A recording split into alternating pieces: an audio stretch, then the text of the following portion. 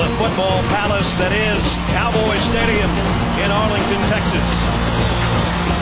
Tonight, Andy Dalton comes in with his TCU team, hoping for another special season like they had a year ago. He's the winningest quarterback in college football today, but in the way in Game 1, the Rogers brothers, the most dynamic duo in college football today. From Corvallis come the Beavers of Oregon State. Their matchup with the Horned Frogs of TCU is next.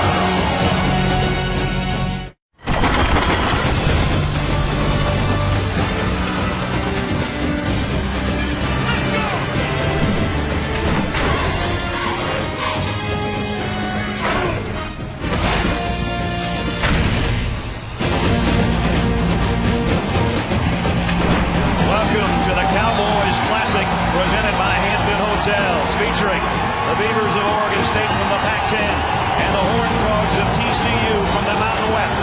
And here come the Beavers of Oregon State.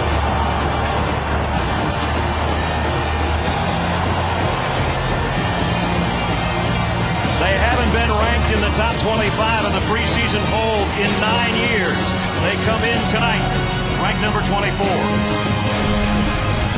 As you take a look at the AP Top 10, Alabama in front out of San Jose State. Ohio State won on Thursday. You look at the rest, but you also look at TCU and that number 6 spot. That is their highest preseason national ranking in school history. Welcome to Arlington, everybody. I'm Brad Nessler with Todd Blackledge, and happy Labor Day weekend. You know, I talked about the Beavers of Oregon State without a preseason ranking a long time, Todd. Last year they were just one win away from making it to the Rose Bowl. They have some known commodities, but they also have an unknown commodity. Well, you mentioned the Rogers brothers. That's the known commodity. Wide receiver James, the senior, his younger brother Jaquiz, the junior running back, are dynamic playmakers. They accounted for over 60% of the Beaver offense last year, but that was with a senior quarterback. The unknown is sophomore Ryan Katz. Now, I saw him on the practice field this week. He has an NFL caliber arm and very nimble feet. But the bottom line, he's only thrown 27 passes as a college quarterback, and his first start tonight against a team in TCU that's led the nation in total defense the last 2 years. And against a team that scored almost 39 points a game last year, led by a senior quarterback who's got 29 career wins on the other side. Andy Dalton had a brilliant year last year till the end. He threw 3 of his 8 interceptions in the loss to Boise State. He, more than anybody, has been counting off the days to get back out on the field and to redeem himself and to lead this team. He is the undisputed leader of the Horned Frogs of TCU. After a perfect regular season last year, they stumbled in their bowl game. They're hoping for special times all season long again this year. And here come the Horned Frogs.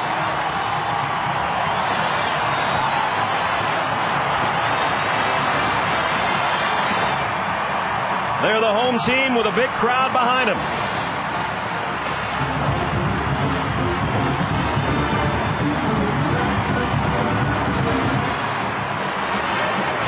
So tonight, Andy Dalton, the aforementioned quarterback for TCU, will be looking for his 30th career win as their signal caller. That will set a school record. But in the way, those two guys, they are fun to watch. Oregon State and TCU will kick it off when we come back. This is Dick's Sporting Goods Kickoff Week. The 2010 Cowboys Classic, brought to you by Tostitos, good times, guaranteed. Wrangler, for unbeatable comfort and value, you can count on Wrangler. Wrangler, real, comfortable, jeans. And Bud Light, it's a sure sign of a good time. Here we go. Oregon State won the toss, so we're going to get a chance to see their offense first. With more on the brothers Rogers, let's check in third member of our team, Holly Rowe. Holly.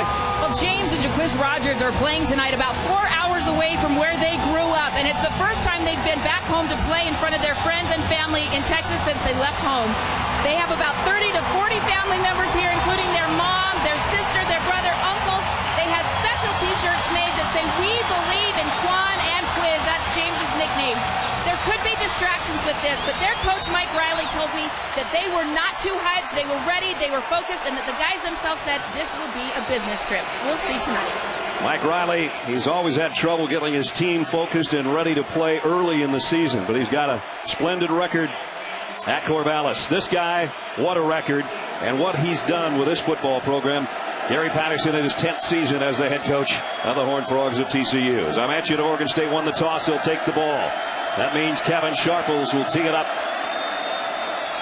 And back deep, James Rogers, one of the captains. They'd like to keep it out of his hands. Jordan Poyer is back there with him.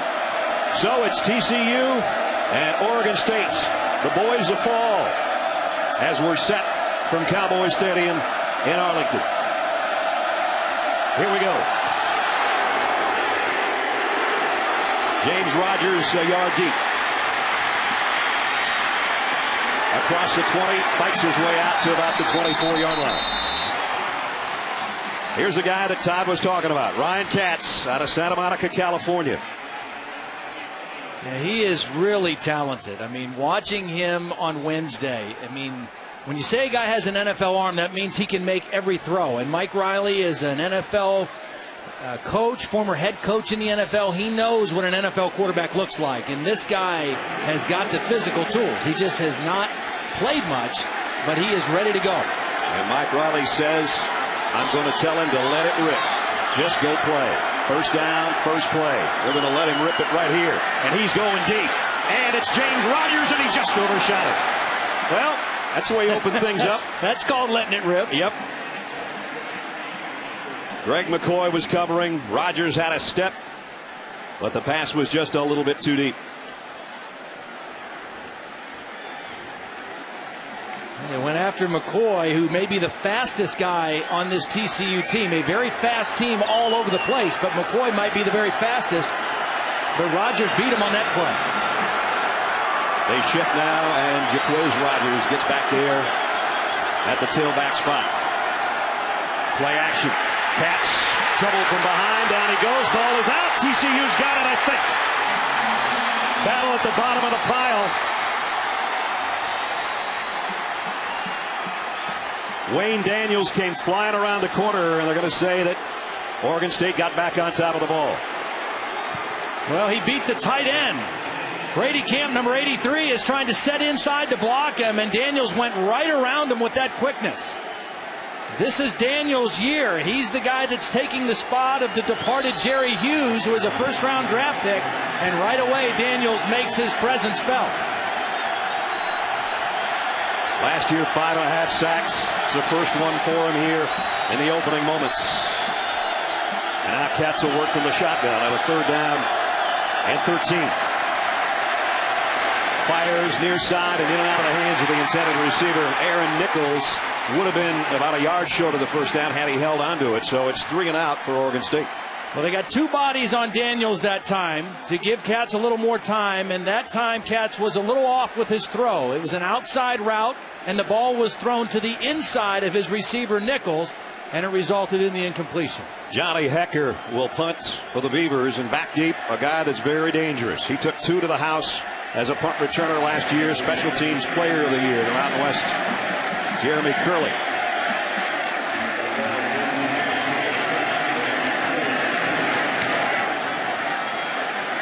High, deep spiral. Curley's got a backpedal to the 25, made the first man miss, and then gets down the sideline to about the 33-yard line, and that's where the offense of TCU will take over. Let's take a look at the starting lineup for the Horned Frogs. Here's the Big Eaters up front. Cannon moves to left tackle, making his first start there. He was on the right side last year. Roth, the right tackle, his first start, and Kirkpatrick is the anchor at center. Ed Wesley starts in the backfield. Hicks and Curley, the wide receivers, with Jimmy Young, and the tight end Evan Frosch. And it's Andy Dalton set up in the backfield with Ed Wesley in a shotgun. And all the receivers have a look to the sideline. We'll see some no huddle out of TCU in this ball game tonight. Here's a quick pass, and it's in and out of the hands of the intended receiver. So incomplete on first down. You'll see as Todd was talking about, TCU go with some no huddle tonight, but not after a play like that.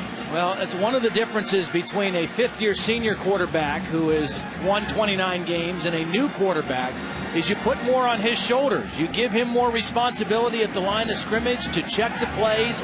You give him more of that leadership role, and Dalton is ready to do that this season.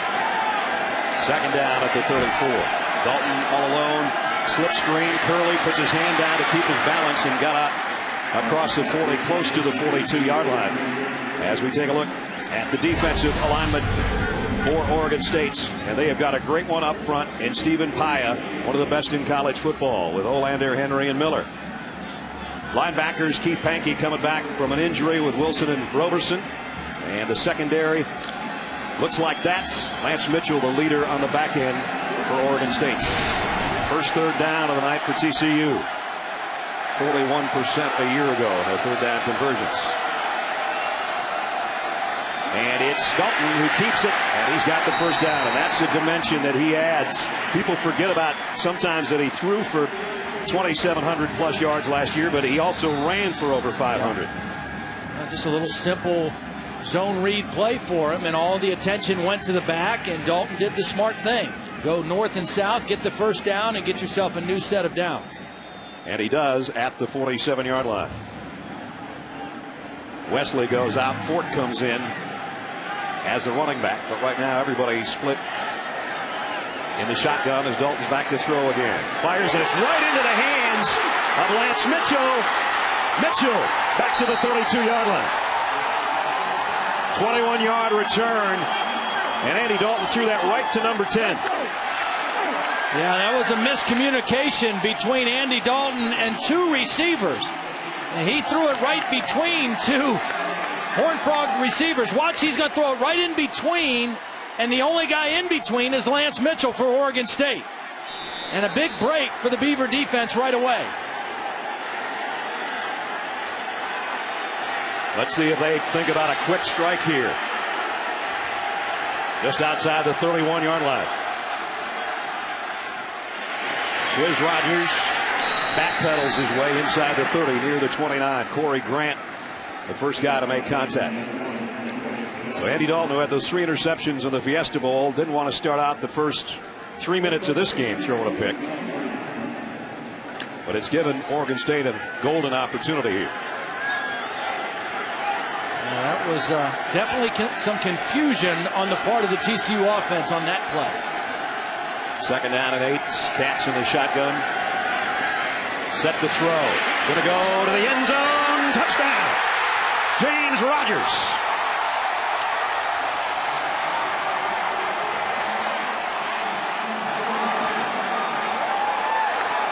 There's the NFL arm, and there's the speed of James Rogers. And there was the protection that you've got to give a quarterback to make that kind of a throw down the field. Great job by the offensive line, giving Cats time, and the stutter step move by James Rogers to get open in the end zone. Well, you talk about taking advantage of the turnover. Took him 2 plays. Justin Cahoot in for the point after. And it's up and good.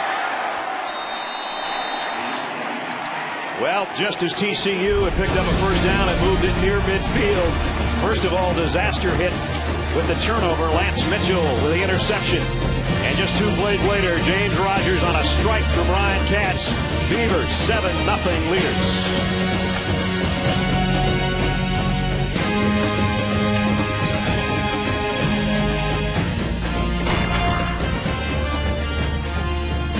James Rogers' 15th career touchdown catch. Oregon State 7-0. Well, I'll tell you, he's having the better of it against Greg McCoy so far early. He ran by him on an incompletion. Watch him now, number 8. Watch this stutter step move right here, and it freezes McCoy. And then he just blurs right by him, and a beautiful throw by Katz. He ran by him early. That time he double moved him and got an easy touchdown.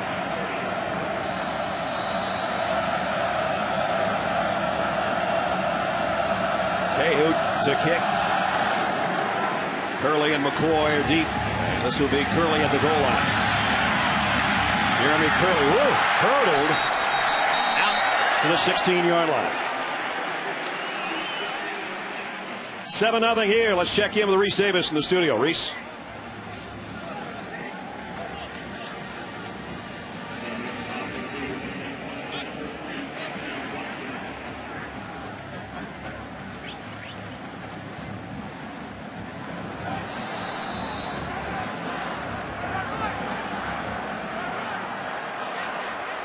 Certainly nice to have that kind of insurance behind the Heisman Trophy winner, huh?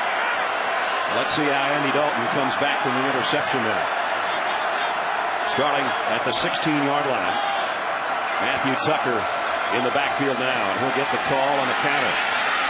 Tucker got his head down and got out to the 20. It's interesting. When we talked to Andy Dalton, we said, okay, you know, you had a tough game. You were the first to admit it in that Fiesta Bowl. What did you learn? What was your takeaway from that game? He said, I learned that I've got to stay even keel. Right. I can't get too high, too down. I've got to, because everybody's looking at me, and I've got to stay even keel. So right now he has that opportunity to show that to his team. After the interception that led to the touchdown, he's still the leader of this football team. Second down at 7. As you look at Dalton again in an empty backfield. They throw the screen out in the flats. And that one's going nowhere. Nice defense. Ed Wesley dropped by Brandon Harden. Let's check in with Holly. Well, Todd, to follow up on your point, after that interception, Andy Dalton of TCU came over to the sideline. Nothing in his face would suggest that he was panicking or having inner turmoil. He was calm. His facial expression never changed. He didn't yell at anyone. He didn't get frustrated with anyone. It was cool as ice. He learned from that experience last year. He cannot show that panic to his teammates, who he said everybody was freaking out when things didn't go well early in the Fiesta Bowl. He's not doing that tonight. So they just weren't in sync and on the right page in that entire game. So far in this first quarter, they aren't necessarily either. He's flushed out of the pocket. He'll keep it and diving for the first down. So he keeps his cool, gets what he can, and gets down, and it's first down, Horned Frogs. Well, my dad, who was a longtime football coach, always used to tell me, you've got to stay cool in the head but hot in the heart. And that's what Andy Dalton's doing right now. And right there you see coaches have talked to him about sliding. He says, I'm not comfortable with sliding. I'd rather dive and make sure I can avoid the hit that way. And because he dove, he was able to get the first down on that run. You saw his head coach, nothing cool about Gary Patterson. He's dropping sweat bullets over there already. The roof is open tonight, by the way, at Cowboy Stadium. It was closed until earlier and took about 12 minutes for him to open things up. Reminder, Monday night you can catch another big game as Kellen Moore and Boise State take on the Hokies of Virginia Tech. The All-State kickoff in the Capitol, part of Dick's Sporting Goods kickoff week on ESPN, 8 o'clock Eastern time on Monday night. Of course, that game and this game, everybody feel will shape the entire season for the non-automatic qualifiers. Boise State and TCU both in the top 6 after their great season a year ago that ended with Boise State's win in the Fiesta Bowl over this very team that we're watching tonight. Pickup of about 3. Stephen Paya drops Matthew Tucker, but they're going to move the sticks. It's pretty interesting. We talked about Andy Dalton being the winningest active quarterback, but look at number 2 and 3, the two guys that will square off in that game Monday night. Kellen Moore of Boise State and Virginia Tech's Ty. Ultimately, as a quarterback, that's how you're judged. Right. Wins and losses, not stats, not numbers. The only number that counts is wins. Colt McCoy's got the record as now a member of the Cleveland Browns. First down, play action. Dalton wants it all. Deep ball, got a man and got him in stride. On the run and all the way to the 10 is Sky Dawson. And he's a world-class track guy, and he showed his speed there. Well, Dawson showed his speed, and Dalton showed his poise because Taylor Henry, number 91, is bearing down on him from his backside. And if he holds it a half second longer, that's a sack. He waits, he throws a perfect throw to Dawson, and Dawson's speed gets the separation for the big play. 52 yards all the way down to the 10-yard line. And on a quick snap and first down, it's Matthew Tucker for about 3.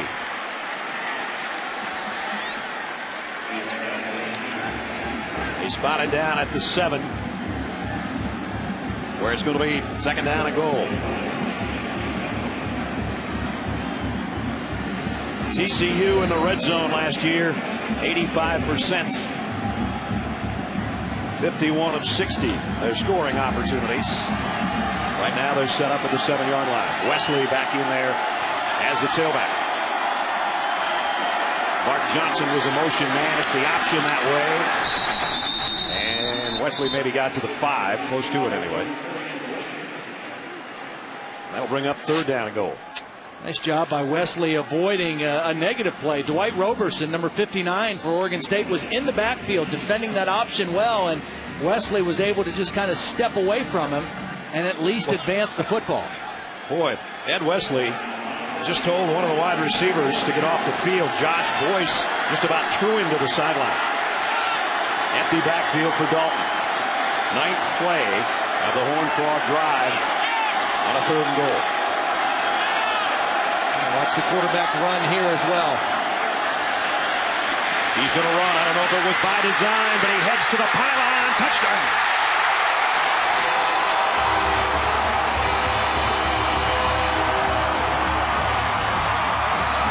Andy Dalton scores, and we're an extra point away from a tie game.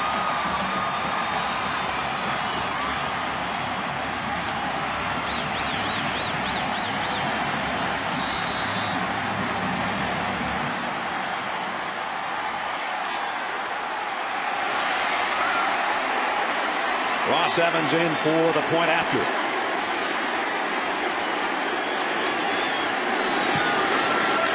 (7-7).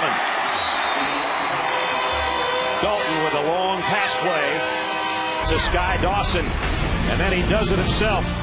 He came back pretty well, didn't he, from that interception, leading an 84-yard touchdown drive and scoring himself.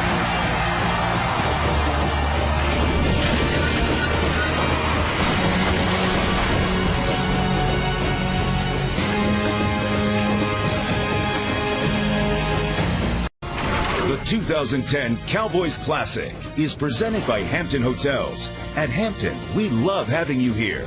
And in part by Dick's Sporting Goods. Every season starts at Dick's. Tie game at 7, midway point of the first quarter of the Cowboy Classic on a Dick's Sporting Goods kickoff week. TCU, an impressive drive led by their senior quarterback. Sharples to kick. Foyer and Rogers again wait on the other end. It'll be James Rogers again, this time from about the 6. Weaving his way through traffic, and he's out to the 30. Nice return. 24 yards again. Let's go back to the touchdown. Dalton does it himself, Todd. Well, he does. Now, first of all, as you mentioned, Ed Wesley had to take Josh Boyce, who's a redshirt freshman, and say, get out of here. You're not in this formation. And then Dalton, it was not a design quarterback run, but he had 5 receivers, and when everybody started covering receivers and crossing the field, he saw a seam and did the smart thing. For the second time on this drive, on a 3rd down play, he came up with a clutch run, this time 6 yards for the touchdown. That tied it, and now Oregon State goes back to work from its own 30. Cats pump fake and gives it to Quiz Rogers. And Jaquiz got about 3 as we check in with Reese in the studio.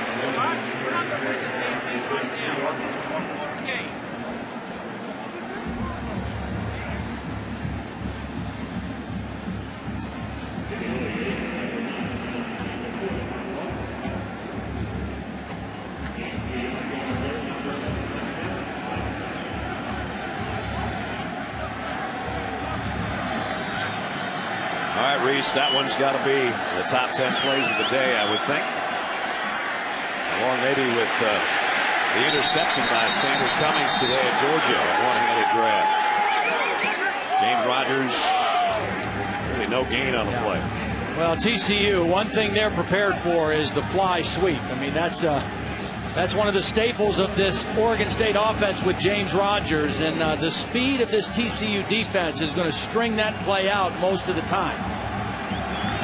Yeah, here's a big 3rd down for Oregon State, trying to answer the long drive by the Horned Frogs. And here's Daniels again right here, the guy they got to account for in this pass protection. Cats fires deep on the sideline. Aaron Nichols, what a catch, what a throw. And a 1st down at TCU territory. They got 20 on 3rd and 8. Aaron Nichols is one of those dependable receivers. He's played all three of their receiver spots during his career, but he's starting at the X or the split end spot now as a senior. Does a nice job running the out route, catch, and got the 1 foot down. You only need one in.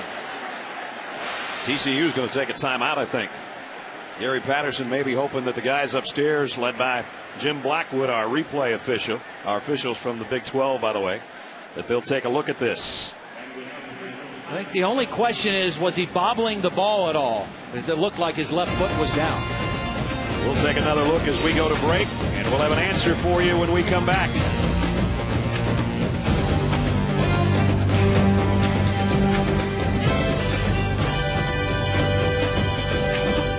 Gary Patterson called a timeout to make sure that the officials took another close look at that. They look at every play, obviously, but this was never under official review because it was a catch and a great one by Aaron Nichols as he stretched out, got his left foot and knee down before he flew out of bounds. So it's a first down, Oregon State at the TCU 48-yard line. We've seen a good blend of run and pass so far for Oregon State. We haven't seen any misdirection yet, and I would expect to see that soon against this fast flow TCU defense. I wonder if they get a screen maybe to Quiz Rogers at some point. They hand it off to him here.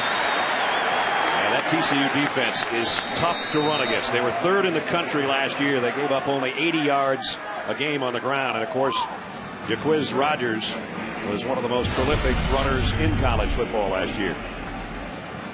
Well, they're both just so dynamic. And the thing about them, they're both 5'7", about 190 pounds, but they play much bigger than their size would suggest. They're physical. Even that run in between the tackles for a 5'7", 190-pound tailback, he's not afraid to stick his nose in there.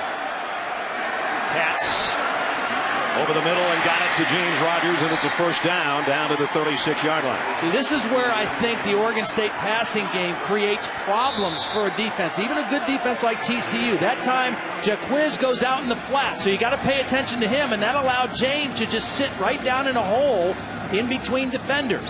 Both those guys on the same side of the field, you got to account for both of them, and James Rogers was left open. James, who has a touchdown catch tonight, trots out to the top. He picked up 9 there. Now they go to the Wild Beavers set, except there's going to be flags come in before they can get the snap. You saw Katz trying to get over to become a wide receiver, and they were going to direct snap it to Jaquiz Rogers. But the umpire did away with that. Well, the question is, was there a lineman who moved for Oregon State? Katz is allowed to move and change formations. There was definitely movement by the TCU defensive front, but were they drawn off by movement from an offensive lineman? Carl Richens is our referee. Dead ball. Offside. Or 57. Defense. 5-yard penalty.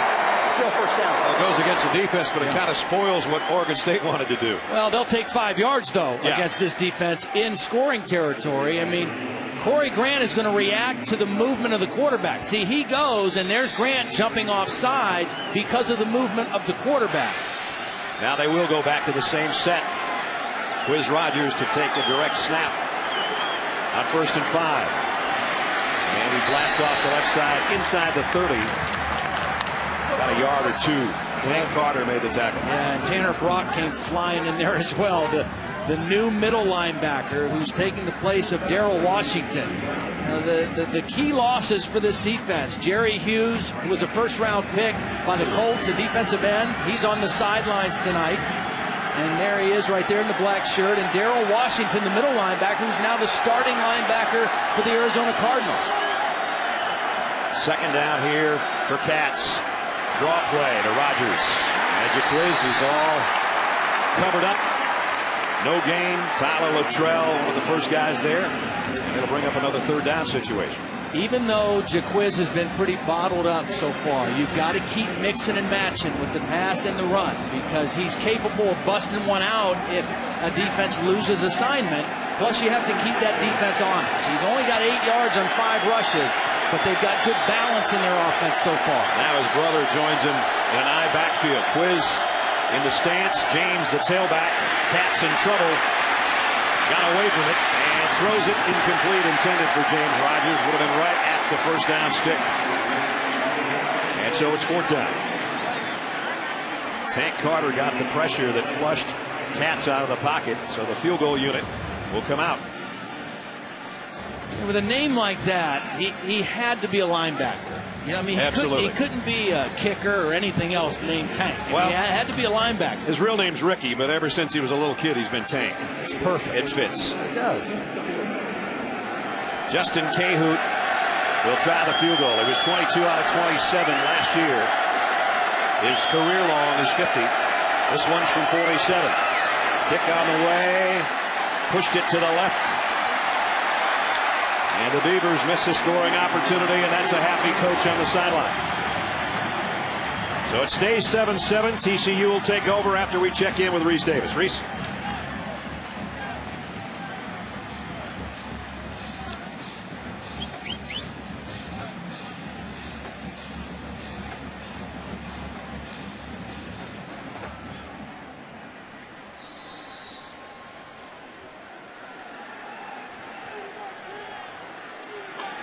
One of the great dual threats in college football, Jake Locker.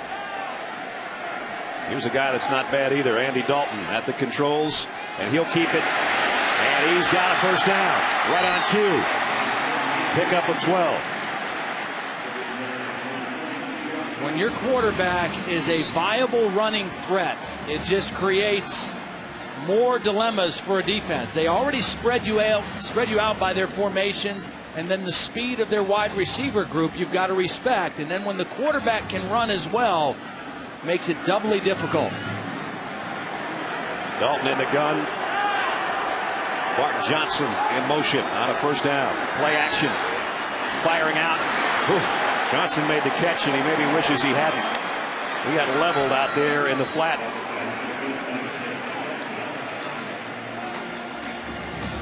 Tuimane let him have it after this reception. Yeah, he's right on it. It's a good throw by Dalton, but good defense, better defense by Oregon State. Tuimane was a guy who lost his confidence last year. I mean, they groomed him to be a starter as a junior. He had some trouble in pass coverage. He became a special team star, but he's back out there now as a starting safety. Second down and 8 for TCU. Fly sweep coming with that speed again of Dawson. He got dropped as he was approaching midfield, got to the 48-yard line. James Dockery made the tackle. Will bring up third down. Dockery, one of the captains of the defense, making his 14th career starts. See, this is perfect situation, third down for TCU, because it's third down and less than 5, so that means everything is open to them. They can throw, they can hand it off, or your quarterback Dalton can run. You've got lots of options with this yardage on third down. Tucker's in the backfield with Dalton. Option, Tucker gets the pitch, Tucker gets the first down. Again, showing their versatility. Dalton, several times on that scoring drive, kept it himself to convert third downs. This time the pitch out to his tailback. When you have to defend both pass and run on third down as a defense, you're at a disadvantage. I mean, the offense has the upper hand in that situation, and they made it count that time.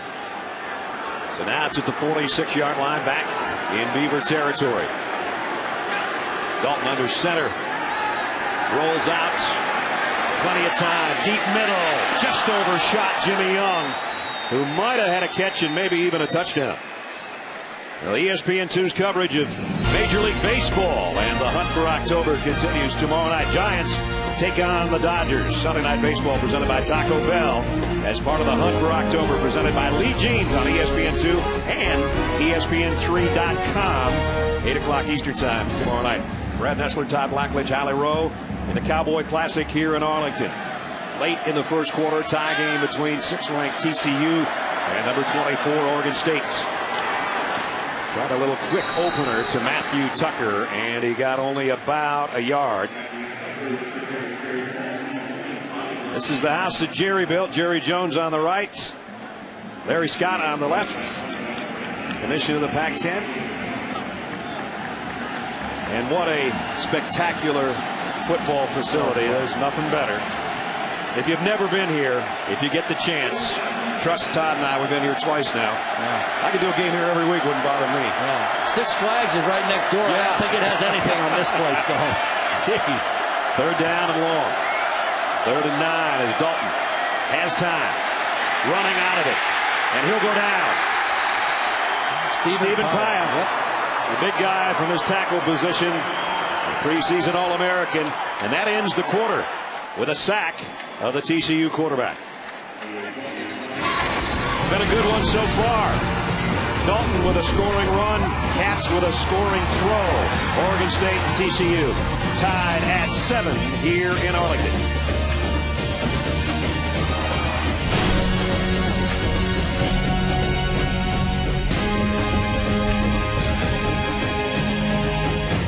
You're watching ESPN, new home of the Bowl Championship Series. And TCU, part of the BCS last year, got out to the Fiesta Bowl and lost. They'd love to get back there again because that would mean they'd be playing for the whole enchilada, or in that case, all the Tostitos. The national championship game there this year. Started the second quarter as Anson Kelton will punt, and James Rogers back at his own 10-yard line. Trying to keep it out of his hands. Don't think he's going to, but he's hit immediately. Nice coverage. Wobbly kick didn't travel that far, but it did keep James Rogers from doing any further damage. He did do some damage, though, in the first quarter. The long touchdown pass from Ryan Katz, and Oregon State took advantage of the turnover they got by the early interception by Dalton. And Katz looks comfortable. The only thing for Oregon State I think they've got to do in this possession is they've got to get Jacquizz Rodgers the ball in space. Right. They've handed it off to him. He hasn't had much room to run. Look to see him throw the ball to him. Try to get him out in space, see if he can make somebody miss. He's in the backfield right now. They haven't tried the screen pass yet, but it's a valuable tool. Play action. Katz throws it deep out, and it tipped. Nice job getting a hand on that to break it up. Ibiloye, who's had kind of a tough game so far, made a nice play on that one. Yeah, he did. He had the underneath coverage, so he was responsible for getting underneath that out route that James Rogers was running, and he almost got the interception. Alex Ibiloye, a senior grad student, in fact, out of Garland, Texas, makes the play and brings up a 2nd down at 10. Katz with 3 wideouts and his tight end Camp on the right side, and here's Jacquizz Rodgers trying to make his own space, and he does. Out for a 1st down. Nice run, the best of the night for Jacquizz. He got 14. Well, he's powerful, he's built low to the ground, and he's not going to come down with arm tackles. So you better swarm to the football when he gets it. The little delay draw, nice job in there blocking by his right guard, Burke Ellis, number 74, that kind of sprung him. And then look at his brother James Rogers blocking for him on the 2nd level. So 1st down out at the 34-yard line. Give it to him again. This time, tough sledding on the inside. Maybe got a yard. Todd was talking about James Rogers. One of the things he likes to do for his little brother, who's 13 months younger, is block out there for him. I love the way he runs. I mean, he runs hard and makes a few guys miss. And having to block for him is very hard because you don't know which way he's going to go. So you try to give him a two-way go when you're blocking a defensive back or a linebacker. So I just had to say running. Like just being able to see him out there make a few moves. He's made a few, but he hasn't broken a big one. The 14-yarder earlier in this drive is the biggest so far. Katz fires, and slipping out there on his break was James Rogers. So it's incomplete. It'll bring up 3rd down and long. TCU came with the blitz. It was single coverage out there, and that time Greg McCoy, who's been victimized a couple times tonight, got the better of it with James Rogers. There's contact, and as he's coming out of that contact, James Rogers slips and falls down, and the pass goes incomplete. And the blitz came from that side, so Katz had the right idea where he wanted to go with the ball. And now it's 3rd and long. And the fans here coming to life for the TCU defense. 3-man rush. Katz has time. And now he's going to try to tuck it and get what he can. It won't be enough, but he's close to the 1st down. About a yard shy. You don't see TCU's aggressive defense do that too often. A 3-man rush, and they dropped 8. But, you know, sometimes you choose to blitz a young quarterback. Sometimes you choose to confuse one. And they confused him a little bit this time. Way too many defenders there for him to find an open man. And the umpire, Wiley Willingham took a pretty big shot there, didn't he? He sure did. Tyler Luttrell got him right on the side of the head, but he popped right up and he's ready to go. He's a wily one. Johnny Hecker to punt. Jeremy Curley back deep.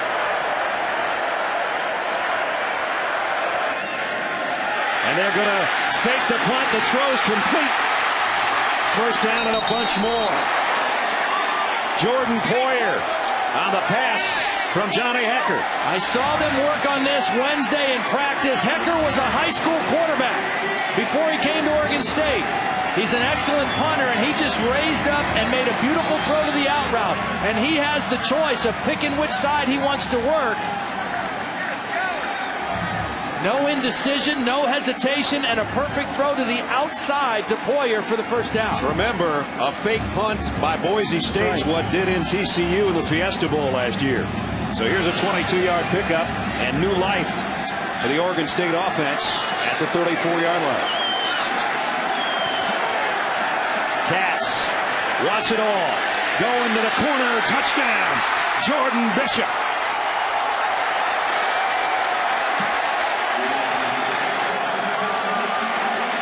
.34 yards for the score.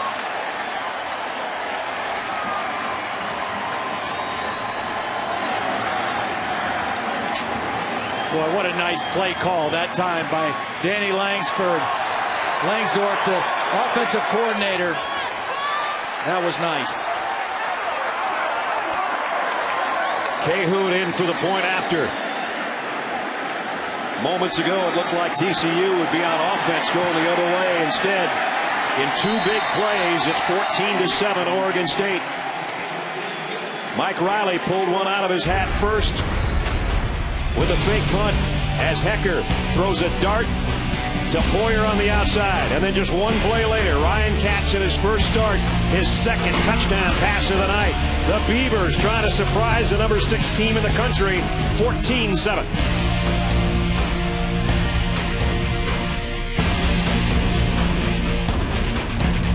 Back at the Cowboy Classic, 14-7 after an 81-yard drive was capped by Ryan Katz's second touchdown throw of the night. And it was a beauty. He put it in the one spot that it had to be, and we'll take a look at it here in a minute. Yeah, two beautiful throws in that drive. Yeah. Hecker had the first one.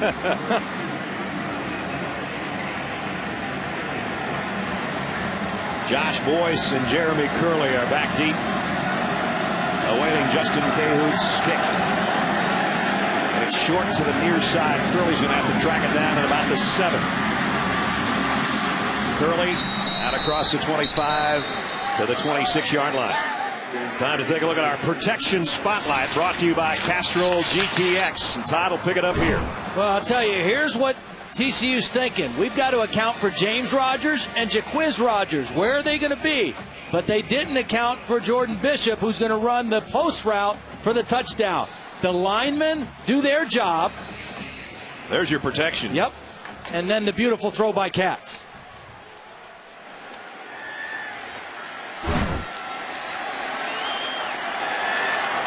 So now let's see if TCU's got an answer. Trailing by a touchdown. Give to Ed Wesley. They're trying to establish a little ground game, and Wesley just got him some. It'll be a first down run, pickup of 11. Wesley and Tucker almost interchangeable, really. Both went over 600 yards last year. Both averaged over 6 yards a carry.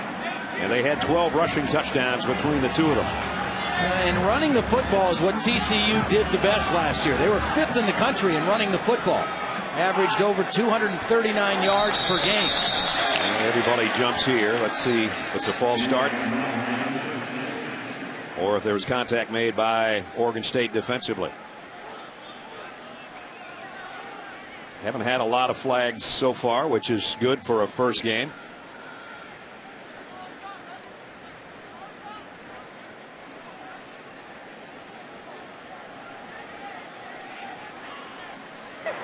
Dead ball.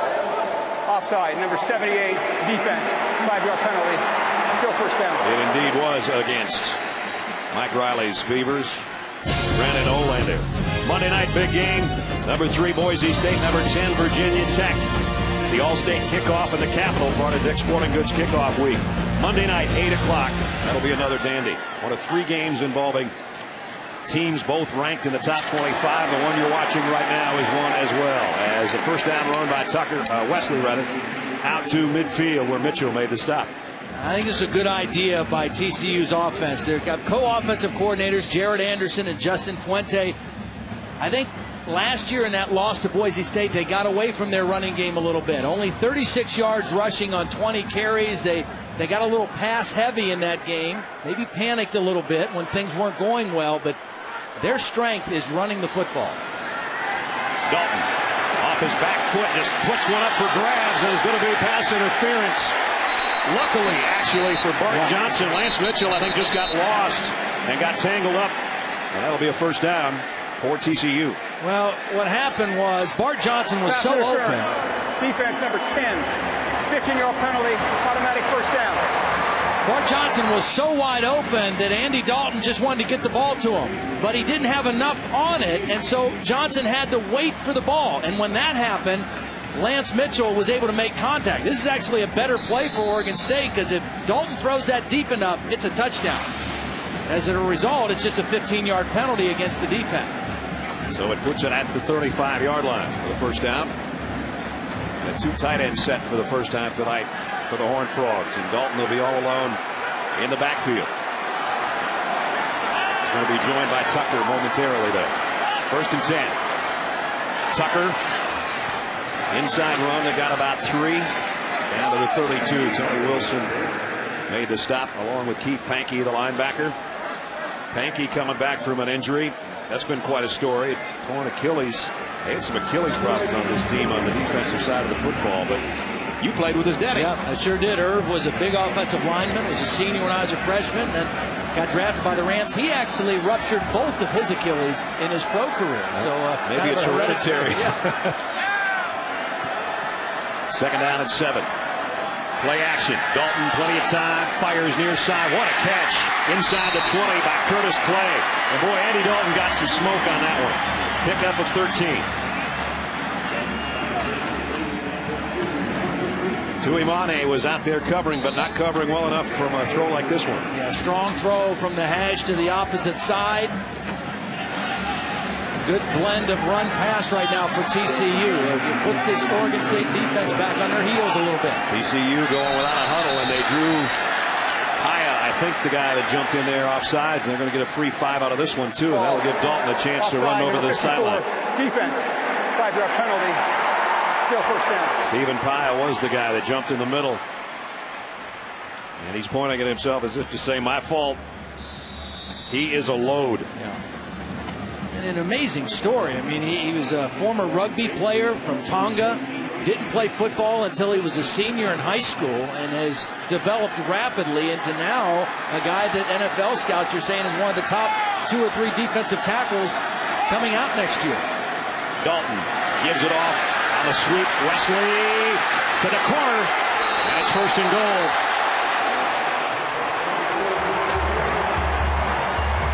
Got it down to about the 2-yard line. I think is where they're going to spot it.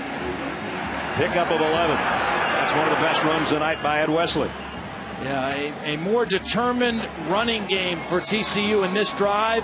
The other thing that the running game does is it punishes the defense. It takes some steam out of them when you fire off the ball and run the football at them. So Oregon State defense trying to bring some different guys in and some subs. And Oregon State will take a timeout to make sure they get the defense they want out there. So it's going to be first and goal for TCU, but right now let's check in with Reese.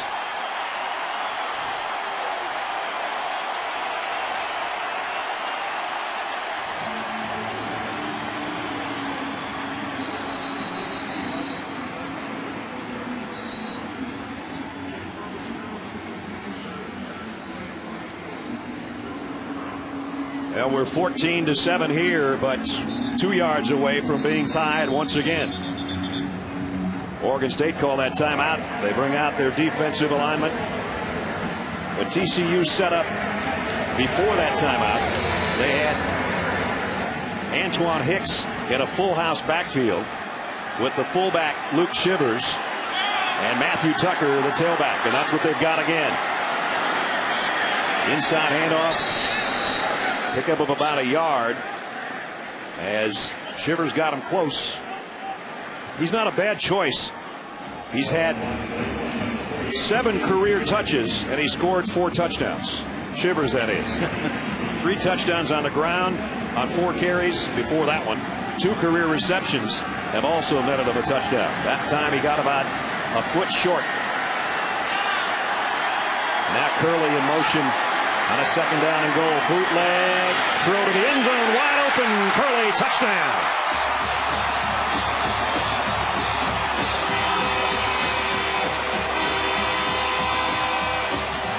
Andy Dalton, a 1-yard touchdown throw to Jeremy Curley. Really like the play calling on that drive for TCU. They made a commitment to the running game. That set up play action, and then down on the goal line on 2nd down, a great play action down. The good fake by Dalton. He hid the football, and then the nice soft toss to Curley.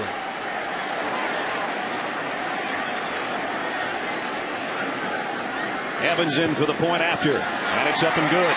And it caps another long TCU drive. We've had some great looking drives tonight by both teams. Tie game, 14-14. 7-play march and 74 yards led by Andy Dalton. And we're even here with 8:39 remaining in the first half. Of course, a lot of conference shuffling going on in the offseason as Utah and Colorado will become part of the Pac-10. The Big Ten, Nebraska will be in next year. BYU, the announcement this week that they go independent and leave this Mountain West Conference that TCU belongs to. With more on that, let's go to Holly Rowe. Holly? Well, the coolest thing is this is the conference commissioner for the Pac-10. Check out how he's keeping up on his other schools right now and their scores. He's got the iPad going. I mean, this is a pretty technology-savvy guy. I'm impressed, I just have to say. Why have you taken it to that level? Well, we're in the most technologically advanced stadium in the world, New Cowboy Stadium. We've got a 60-yard scoreboard here. We've got 4 teams playing at the moment. It's a good way for me to catch up while I'm on the road. For those of us who want to catch up on what's happening with the conferences, you've said that your university presidents expect change. What do you think is the priority for you now after you've added 2 schools? Yeah. Well, we're getting ready for upcoming media negotiations, just looking to market the conference more as a national brand. The results of the Pac-10 on the field, on the court, have been terrific, but Pac-10's been a little passive, and we're just looking to step up our game a little bit. How likely would it be that we see further expansion? Well, for us, I think we're focused on 12, but I wouldn't be surprised if you see further expansion over time. I think over history, there have been regular moves, and I wouldn't be surprised if you see super conferences in the future. You see by BYU go independent. Pat Hayden at USC has made some remarks about that. What concerns do you have about losing members? I think amongst the top 6 BCS conferences, it really doesn't make any sense for schools to think about independence. The scale you get by being part of a conference, the leverage, the exposure, the revenue, the academic affiliation, the home for other sports, especially a conference like the Pac-10 where you're won more NCAA championships than any other. I don't think that's something the top 6 conferences really think about. All right. Thank you, Commissioner. And thanks for being so cool on the sideline. I'm just impressed by that iPad. Boy, when Larry got that job, he hit the ground with the wheels churning. And so the face of that conference will be dramatically changed. Loss of 1 by Jaquiz Rogers. Tank Carter made the stop. Tank's a preseason choice as the defensive player of the year in the Mountain West. Andy Dalton, his quarterback, preseason choice, and the guy that won the offensive player of the year award last season. Larry Scott, I'm impressed with what he's done, and I think the Pac-10 is going to be the most exciting conference to watch this year because of the talent level, and especially at the skill position this season. Well, they've got great running backs, some big-arm quarterbacks, and great receivers, as we've seen James Rodgers tonight, and this kid might be right in the mix. Cats, although nice play defensively by Greg McCoy to level Calhoun after he made the catch. Oregon State, you talk about USC, of course, they've had a great record in national championships, and Oregon, they're cross-state rivals. But you look at what Oregon State and Mike Riley's done in now his 10th season and his second stint, really, at Oregon State after going to be the head coach of the San Diego Chargers. They've been sensational. They just haven't been good in pre-October road games. 1-12. Tonight they're playing a lot better. Katz, boy, he wanted to wind up and flip it, but he comes back to his safety valve, Rogers, and it's a first down. Boy, great protection again, and Katz didn't panic. You know, he stayed in there, he surveyed the defense, he knew that he was protected, and he makes the nice throw to Rogers on the sideline. Watch his protection. Now, it's only a three-man rush, but Katz doesn't panic. He says, I got 5 blocking 3. I can wait until James opens up, and he gets the completion. Greg McCoy and James Rogers had a hand fight going on there. They both had a piece of jersey of the other guy. It nets Rogers another catch and another first down at the 40-yard line.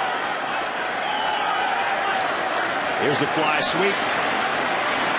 Marcus Wheaton. And Wheaton out of bounds as we check in with Reese Davis again. Reese?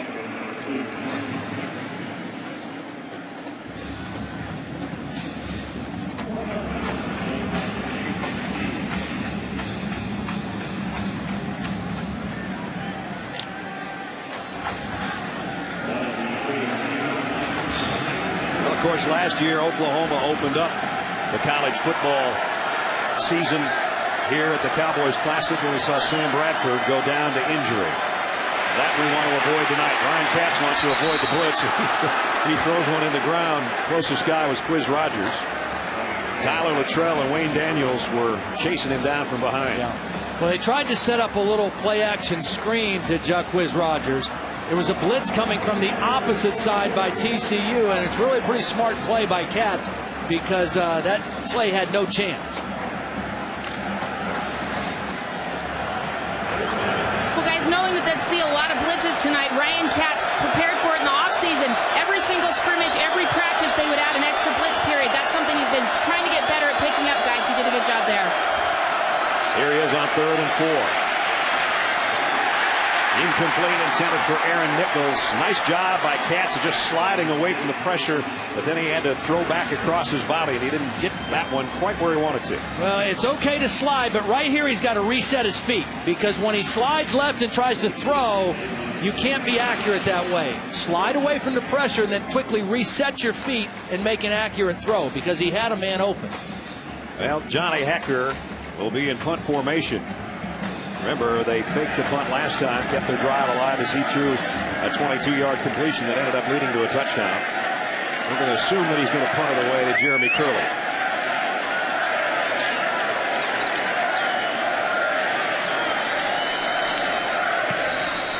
And whistle stopped play before he got the kick away.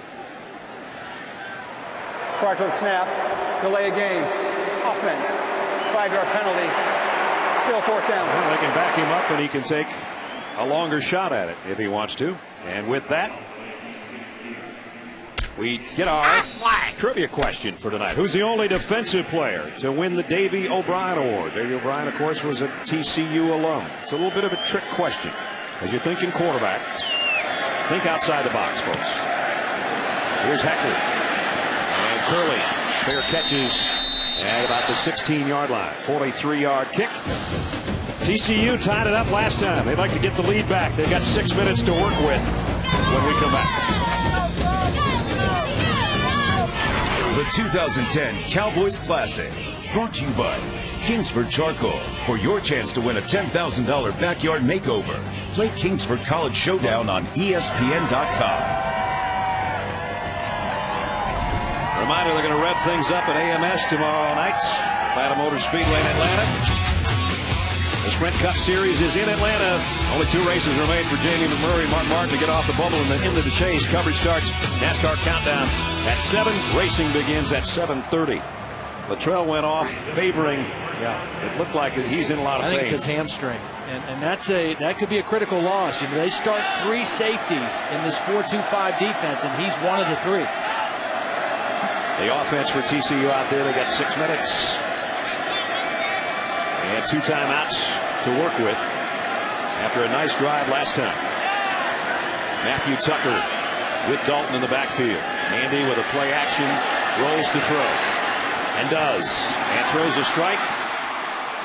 Incomplete. Antoine Hicks had a play on it and couldn't hold it. Let's take a look at our Chick-fil-A drive recap, though. The last time they got the ball, A nice play by Curtis Clay to snare that shot from Dalton. Then it was Ed Wesley that got it down close to the goal line. And then Andy Dalton throws it out to Jeremy Curley for the touchdown. And that was what tied us up to cap a 74-yard march. Yeah, they got the touchdown by throwing it, and they made a couple completions, but it was power running. I mean, they punished the Oregon State defense in that drive.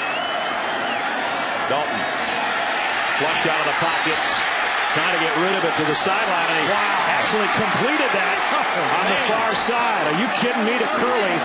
And Dalton was falling down when he threw that thing.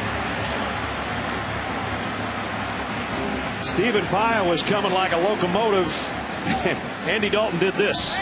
Well, he does a great job just getting away. And then the strength, I mean, he was just trying to throw this away. He wasn't trying to throw a completion. He was trying to throw it up in the seats. But he didn't get enough on it, but he did get enough on it to get a completion. And that gives him a chance to pick up the third down, 3rd and 5. 7 out of 11 so far. A touchdown and an interception for Andy Dalton, the senior quarterback out of Katy, Texas. They've run every third down play so far. He rides his tailback and then tries to do it himself, and he's got another first down. 4th time he's picked up a first on a third down run. Because the third down yardage needed has been manageable, they've been able to run every third down play, and that just increases your chances. This is a little pistol formation, fake to the back, and it's the keep by the quarterback. A little different formation on this third down play, but the same result. Quarterback keeps, has an option threat, and gets the first down. At the 29-yard line. Dalton play action. Deep out, and overshot Curley, his intended receiver. Holly. Well, guys, Luttrell over here on the sideline, they're not sure if it's a pulled left hamstring or if just he's cramping up. He's trying to walk around on the sideline to see if the pain will go away, but he keeps grabbing his head, shaking his head. It seems like he felt something serious. Guys, this would be a huge loss. Think about it. Last year at this time, he was a 4th-string wide receiver. They said, we need you at safety, and so he did everything he had to do. He became their starting safety, and this would be a huge loss for them, not emotionally, but also X and O-wise. He's hoping they won't have to test it until the 3rd quarter, and maybe at halftime they'll have a little more time to rest. But right now, here's Dalton trying to throw a block for his tailback, who came back the other way and picked up about 4. Brandon Harden made the stop on Ed Wesley. If you're looking for the first time and you go, wait a minute, I thought I was watching TCU, and I don't get the uniforms. As you take a look at Wesley on this cutback run, and the quarterback getting a decent block, a little bit in there for Andy, put his head in there. New uniforms that they've never worn before, and it's horned frog skin, basically, for the helmets and the pants. So they got white, kind of whitish silver pants, and same with the helmets. I can't explain it. It looks like skin, though, for the most part. They got a lot going on. They got a lot going on. And here's Dalton. He's got something going on the ground again. Although he's tripped up short of the first down, and flags fly in into the secondary.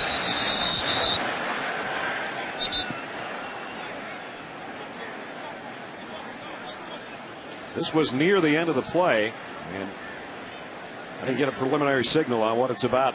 And again, a run on third down. Might be a holding call that will give TCU a first down if it's holding defensively.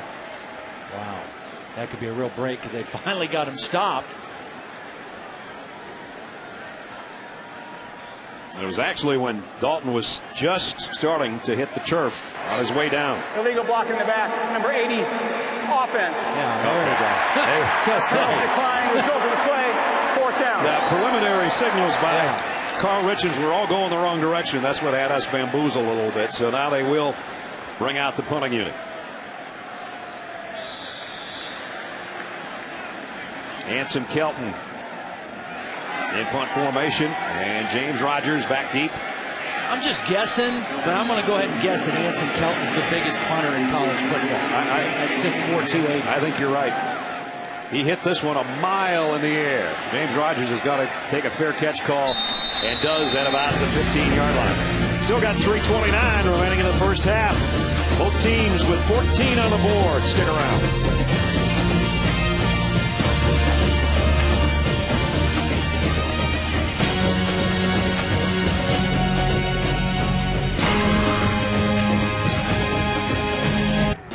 Mike Riley, the head coach of the Beavers. This is where your quarterback making a first start. Just be careful, right? He's got to be smart right here. He's done everything that Mike Riley could possibly hope. He's thrown the ball well. He's managed the offense. Don't get careless or greedy right now here before the end of the half. From the 16-yard line. And they'll keep it on the ground. Jaquiz Rogers keeps his balance, gets what he can, and picked up about 3. Gained a few yards, but lost his shoe. Yeah. Now Luttrell is out, as Holly mentioned. That hamstring injury not allowing him to come back in. So his replacement is Colin Jones, a senior from Bridgeport, Texas, number 28. Here he is right here. So this is a critical substitution in this defensive scheme. The safeties are the most active guys in this defense. Cats, heavy pressure. Deep ball's got a man, and Bishop just about made the catch. And he's got to pick himself up and readjust his knee brace. Boy, he hung in till the last moment. Yeah, kind of got sandwiched in there by Mapunga and Yendry. Both of them in there for the hit on the quarterback. He does make a nice throw under duress off his back foot. And again, here's where he's got to be smart. 3rd down and 8, deep in his own territory. Don't let TCU seize the momentum right here before halftime. Jordan Jenkins in the backfield. He came in when Quiz Rogers went out with the shoe issue. Crossing pattern. Oh, what a hit. Put on Aaron Nichols by who else? Tank Carter.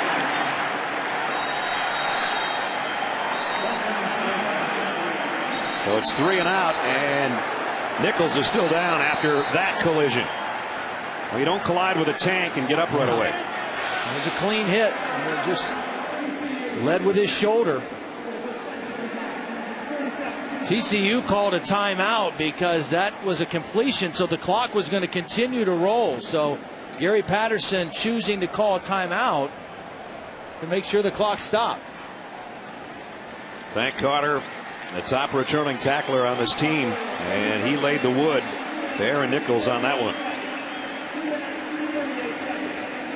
Tank Carter was a world champion BMX rider back when he was a kid. Here's Tank, a.k.a. Ricky. Took the lead right away, huh? He takes the lead and he never gives it up. That's a wire-to-wire job. That's a video from a race he won in Paris. And once he became a champion, he said, you know what, that's it. Put the bike away, give me the shoulder pads. Doing pretty well at both. Johnny Hecker set to punt. The spot on the field where maybe Jeremy Curley can get a return out of one of these. And here he comes on the fly at the 43. Curley down the sideline. Oh, he would have been gone. Hecker saved the touchdown. Well, Hecker better have saved the touchdown because that was a poor kick. It was low and it was right to Curley. I mean, that was a bad kick at the wrong time for Oregon State. Watch this ball leave Hecker's foot. Low. Curley's able to catch it moving up on the fly with a full head of steam. And so Hecker better stop the touchdown there. 34-yard return of a 35-yard kick, and now TCU is in business at the 23-yard line. They've got 1 timeout remaining. 1st and 10, 2:28 till halftime. Dalton fakes the throw, quarterback draw, and nice job by Dwight Roberson, the captain of the defense, the linebacker, to stay home and make the tackle. Still plenty of time for TCU to work. Yeah, lots of time for TCU. You mentioned the 1 timeout, but over 2 minutes. So nice situation for Andy Dalton to show his leadership, his senior leadership right now. He's got 5 receivers out there, including Bart Johnson and Sky Dawson, with Ed Wesley, the tailback, the slot man, to the top of your screen. So it's Andy Dalton all by his lonesome in the backfield on 2nd and 10. Quick fire inside the 20, and a big hit put on Sky Dawson. Now he paid for that 4-yard pickup too. Brandon Harden, the junior out of Honolulu, said, "How are you?" right at the sideline.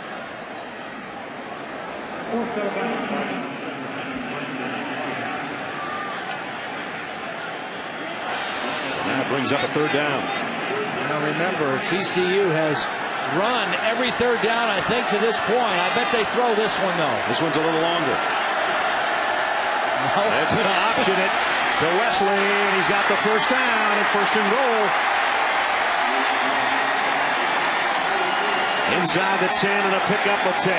Every time they've gotten that pistol formation, which simply means the tailback lines up behind the quarterback in the shotgun. Watch, they start out, they run a speed option that way, and they catch the defense outflank. Bart Johnson, the wide receiver, with a nice block on the outside. So they've got it first and goal now. Inside the 10. Wesley again, weaving his way. Touchdown.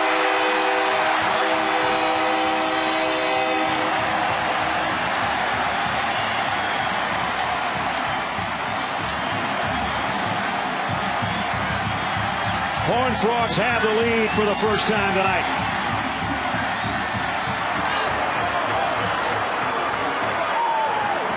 Nice run.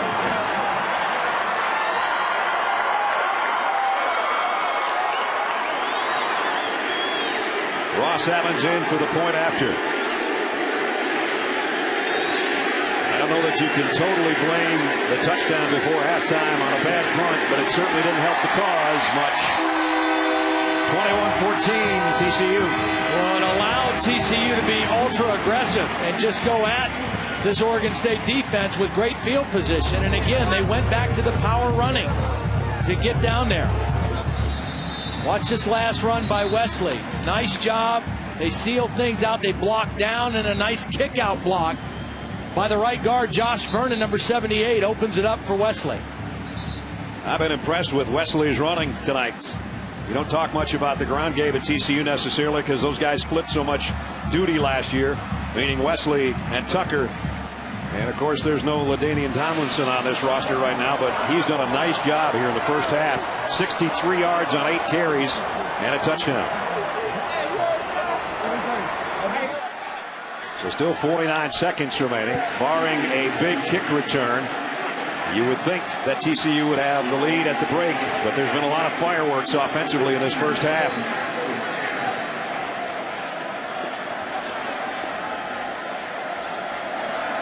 TCU has played great defense over the years, but the bottom line, they've won 31 consecutive games when they've gained more yards rushing than passing.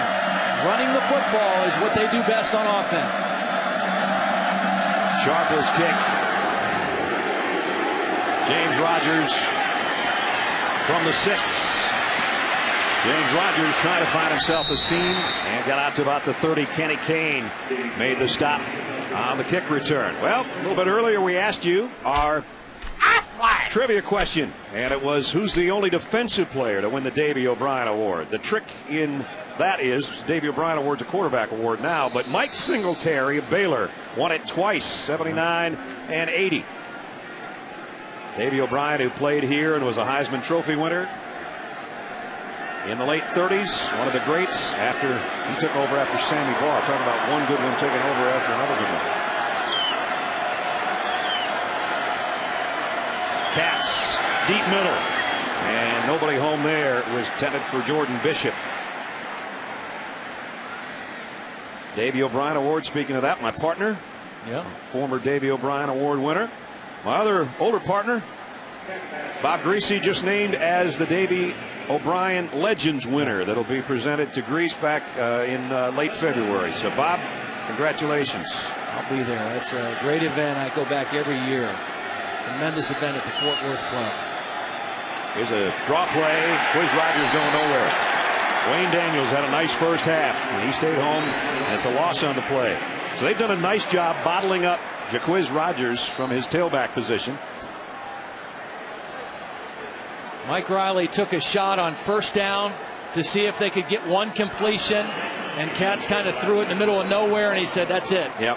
We'll run the clock out now, go in at halftime, make some adjustments, see how we can get Quiz a little bit more involved.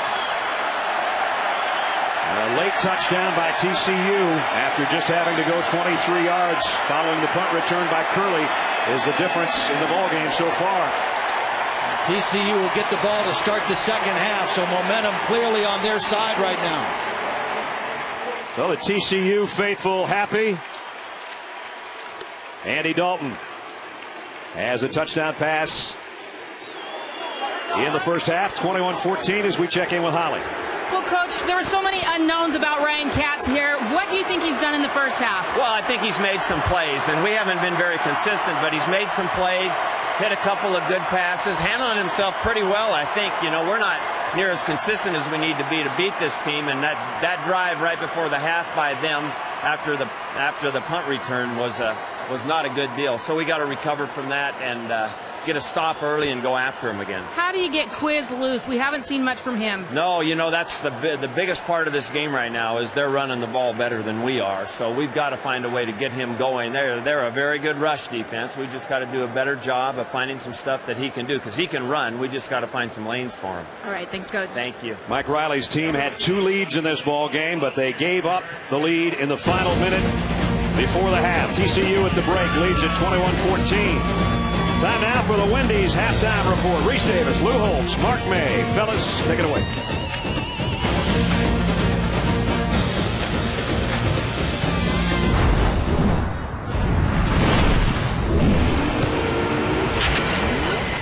This is Dick's Sporting Goods Kickoff Week.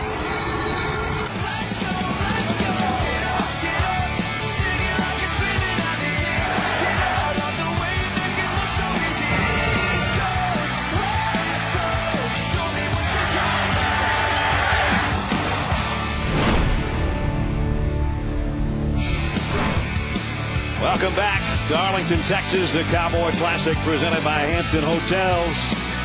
The home team, TCU, ranked 6th in the country, leading number 24, Oregon State, by a score of 21-14. Welcome back to Arlington and Cowboy Stadium, everybody.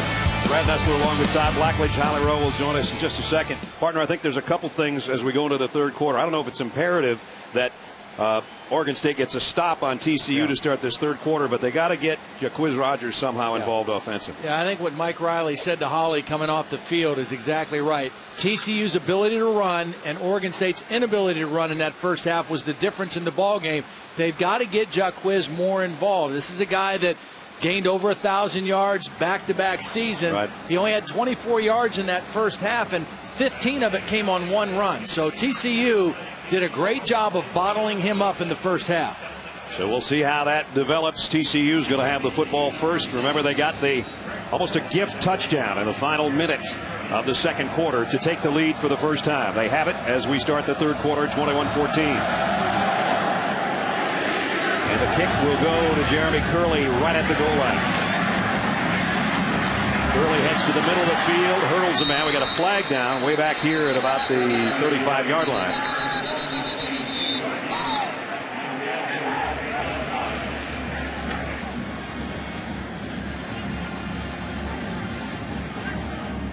This year, wedge blocking is illegal on kick returns. I don't know that might have been the call. We didn't get a preliminary signal again. Here is the call. During the return, holding number 35 of the return team. 10-yard penalty, first down. That's what happens when you don't wedge block. You hold people. Let's check in with Holly. Well, coaches are never happy, but Gary Patterson was as happy as he could be with how his defense played against the run in the first half. What he didn't like was how they played against the big plays. He said, I knew exactly what pass was coming because of the formation. I told the defense, and they still gave up that big pass play. So, guys, he wants them to tighten it up there, but he said we've got to quit turning the ball over. He wants a senior quarterback to show some leadership in that regard. Here's a senior quarterback in the shotgun inside the 10-yard line. As the line of scrimmage is a 14 for the Horned Frogs. And the quick throw out in the flat to Sky Dawson, trying to use that speed. We saw him use it in the first half on one of his pass receptions. Lance Mitchell puts him down, though, as he got out to the 20-yard line. Well, interestingly, right now, Stephen Paia is not in the ballgame for Oregon State. Their best defensive lineman is standing on the sideline to start the third quarter, and that can't be good for Oregon State. Here's a pistol set again with Ed Wesley, who was very, very efficient in the first half in the tailback spot behind Andy Dalton. Dalton may have changed things up there on a 2nd and 5. He tells Wesley to call. Rides it in his gut, and Wesley broke out of the pack. Out across the 25 to the 27, and Wesley's got a first down, pickup of 9. It's a big offensive line for TCU. They got some guys playing in some different spots. Marcus Cannon, the starting left tackle, number 61, is 6'6". They list him at 350. I think he's bigger than that. Couple of biscuits bigger than that, yeah. He was a right tackle last year. He's the starting left tackle. Zach Roth is the starting right tackle. He was a guard last year, but they're big, big bodies up there, and they're having their way right now running the football. Dalton slip screen to Curley, and that got it out to about the 30-yard line. Pickup of about 3. Marcus Cannon, right now, they say he's around 263. That's kind of the rumor around the locker room. As Todd said, he was the right tackle last year, and Jared Anderson, the offensive coordinator, calls him the dancing bear. That big, but still agile, and he is a load on the left side. It's interesting. He said it takes him a couple weeks during training camp to get back interested in football. He just, especially when it's 105 degrees in practice. Pye is back in there now, the defensive front for the Beavers. Out of the shotgun. And Wesley got the corner. Turned up and short of the first down by about 1, I think. Ed Wesley quietly putting a nice night together. 10 carries for 77 yards and a touchdown. Starting cornerback Brandon Harden just walked off the field after that last play. Number 17 for Oregon State, out of the game. TCU, Todd, did a great job in the first half of their third down conversions. The only 2 times they didn't pick them up, they were 3rd and 6 or longer. This is a short one. Yeah, they averaged 3rd and 5.5 to go, and there's another conversion. Matthew Tucker dances his way into the second level, and the first down. Went on a quick snap there. Yeah, they huddled, so it wasn't a no huddle, but it was quick to the line and quick snap, and they still caught the Oregon State defense not ready to play. 7 out of 9 on third down. You win a lot of football games playing like that. And you mentioned that the key to being successful on third down is manageable distance. I mean, they haven't had to throw the football and make tough throws on third down. They've been able to run it. First down at the 42. Opening drive, third quarter for the Horned Frogs. Here's a counter. Tucker. Tucker now getting in there and spelling Ed Wesley, and he's getting his yards as we check in with Holly.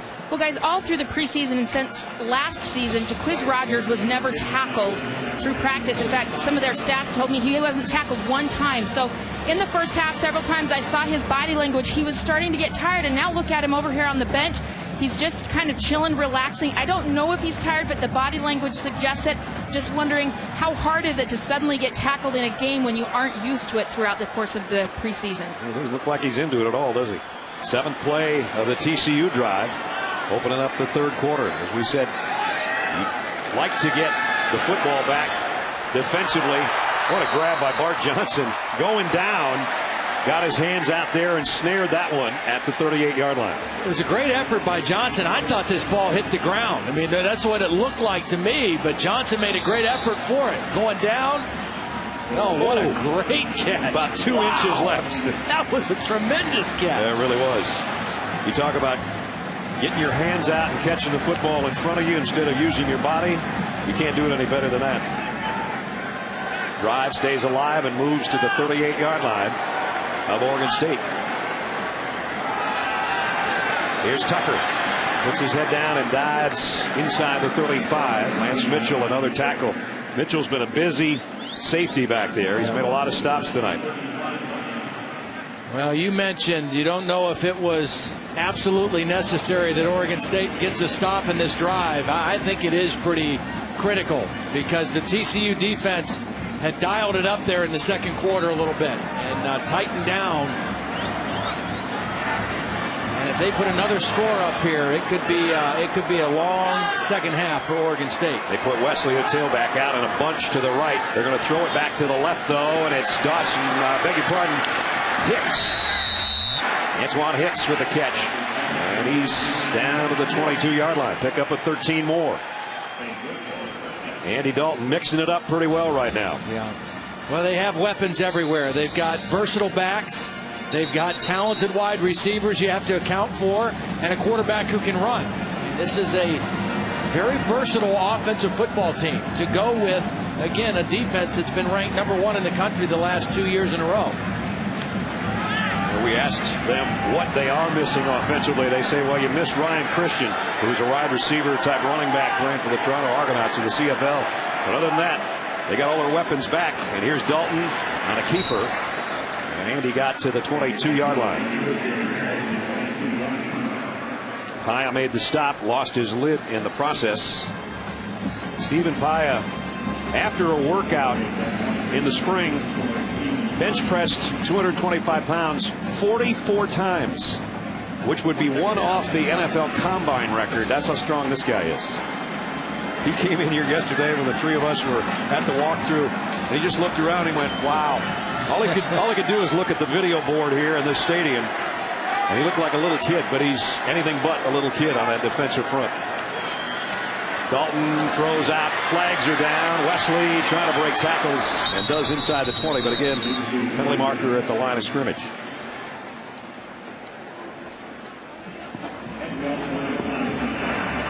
Illegal motion, number 88, offense.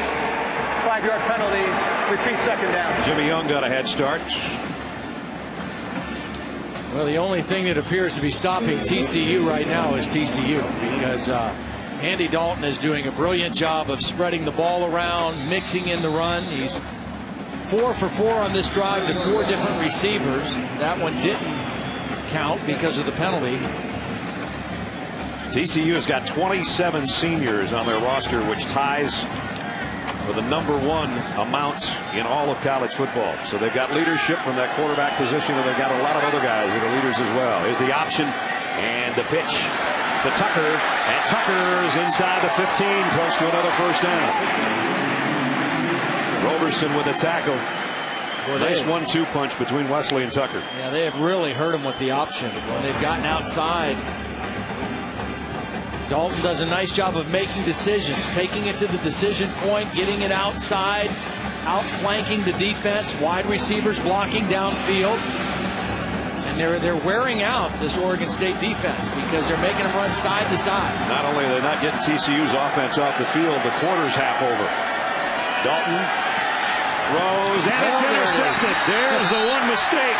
And Dwight Roberson with a second interception of Dalton tonight. That puts the halt and the stop to what TCU was doing. And that was a huge play for Oregon State because they weren't stopping him physically, but they got this interception that they needed. They're down a touchdown, but they're on offense when we come back.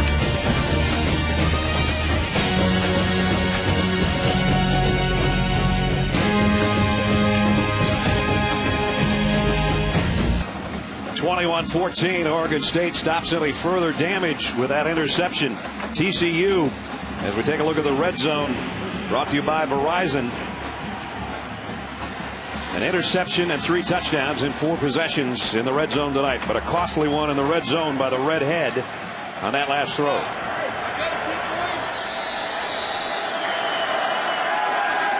Dwight Roberson's first career interception gives it back to his offense at the 13-yard line. Ryan Katz loads and fires, and he throws it right back. Almost. Oh boy. Jason Teague had it right between the 2 and the 7 and couldn't hold on. And Katz now is one of his last 6, Todd. Yeah. Well, they were trying to get the ball to the tight end, Halahuni. He was double covered. I mean, there was not even a place for Katz to throw the football, and he was very, very lucky because he zeroed in on Halahuni to try to get him involved in the offense, and very fortunate that wasn't picked off. Jason Teague, one of the new starting corners. Rafael Priest and Nick Sanders were 4-year starters for TCU in those positions. So new starting corners tonight. He almost had the football right back for his offense. 2nd and 10 for the 13. Jaquiz spins and got it out. Tough run to the 21. One of his better runs of the night. Well, he made a couple guys miss. There were guys that were unblocked, and Jaquiz was able to make a miss right about the line of scrimmage. Right here, he makes 2 safeties miss, and he's able to pick up 5 or 6 yards. I've said before doing Oregon State games, Quiz might be short, but he's not little.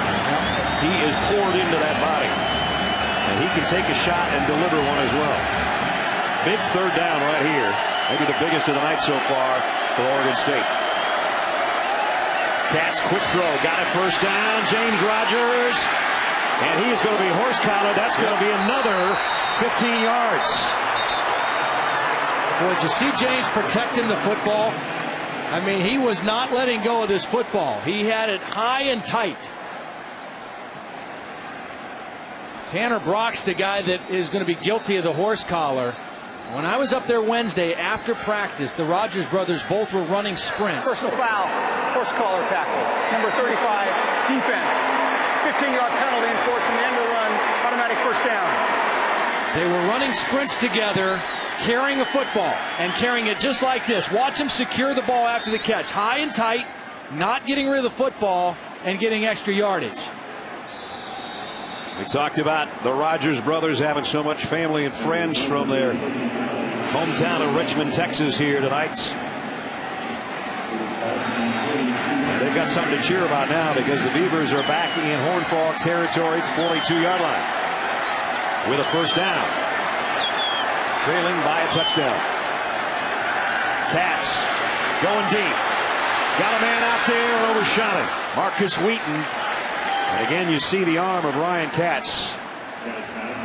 Maybe a little more air under that. That might be a touchdown, but he got it out there and got it all the way to the end zone.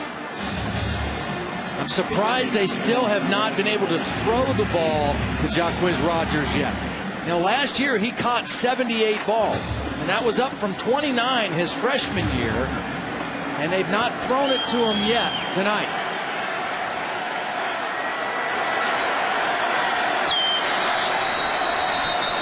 This one will be blown dead. Yeah, that timeout was called from the sideline. Mike Riley had to call timeout there. Timeout, Oregon State. This is their first of the half. Timeout. With 6:33 remaining in the third quarter, head coach of the Beavers wants to talk it over with his troops. They've got a golden opportunity to try to tie this up when we come back.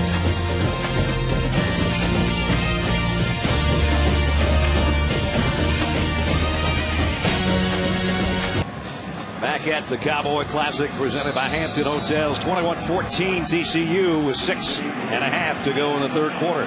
With Todd Blackledge and Holly Rowe, I'm Brad Nessler. Nice to have you along on this Saturday night from Arlington, Texas.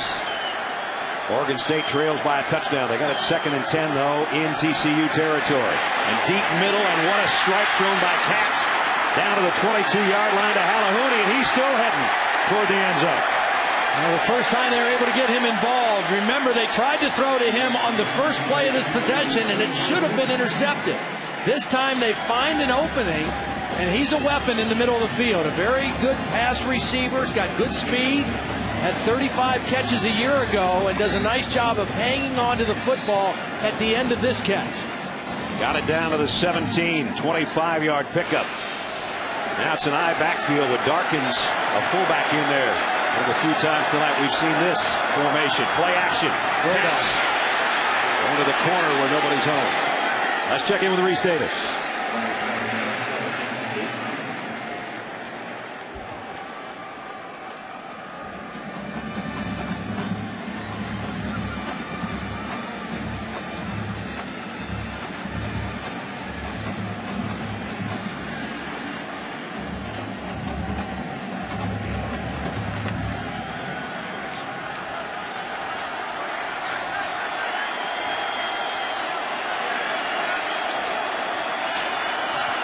Here, Oregon State driving in TCU territory. Jacquizz Rodgers got away, got the corner.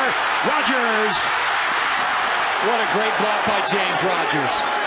James Rodgers said in that soundbite he likes to try to give his brother a two-way go. That means you want to just size up your man and let him go in or out. Watch the block by James Rodgers on the cornerback, Greg McCoy. Stands him straight up and allows Jacquizz to either go in or out, get to the corner, and get inside the 5-yard line. So the Beavers bring in an extra tight end as they've got it at the 2-yard line, a 16-yard run. Actually, it's at the 1-yard line, a 16-yard run by Rodgers to get him close.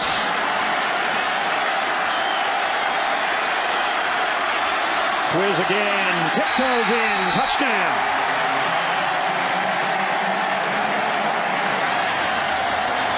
Mom's loving it. So are all the Oregon State faithful. We're a point away from a tie game again.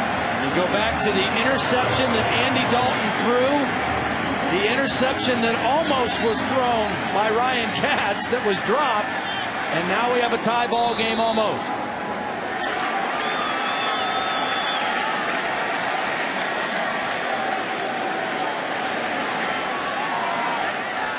Justin Cahoot for the third tie of the night. It's up and good. Now Andy Dalton knows what his job is. Try to get the football back in Oregon State's end, but not make a mistake. Remember this? This was the first play of this scoring drive. Almost threw it right back to him. As it turned out, they got it inside the 2, and Quiz took it in to tie the ball game up.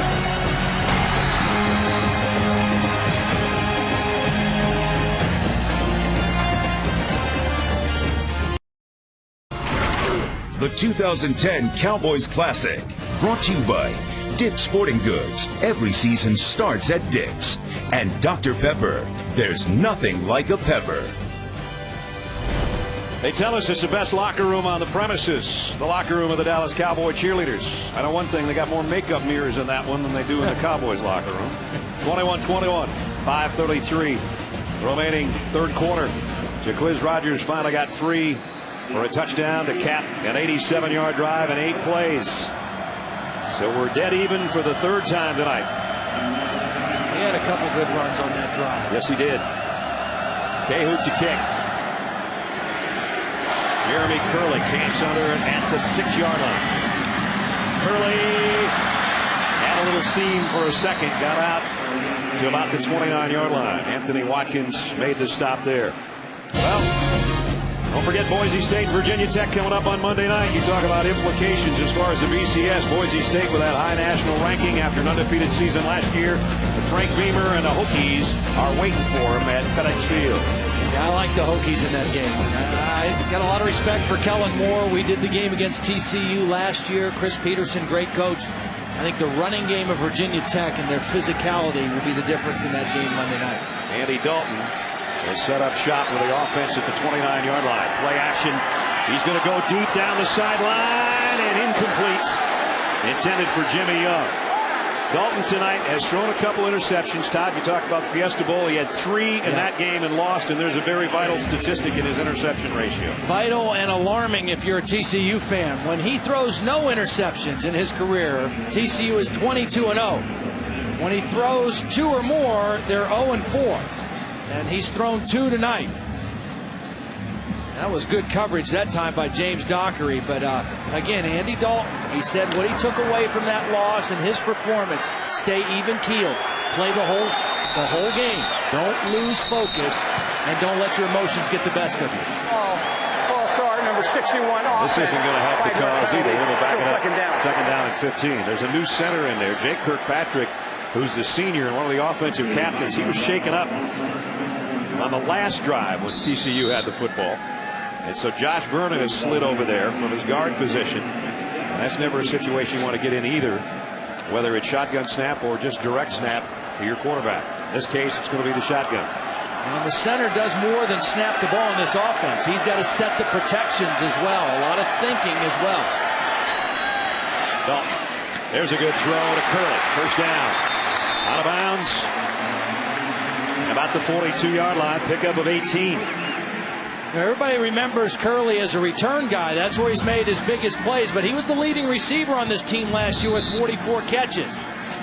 He's become a very good receiver throughout his career. Jared Anderson told us, the offensive coordinator, he's got to remind him all the time, just think of everything as a home game.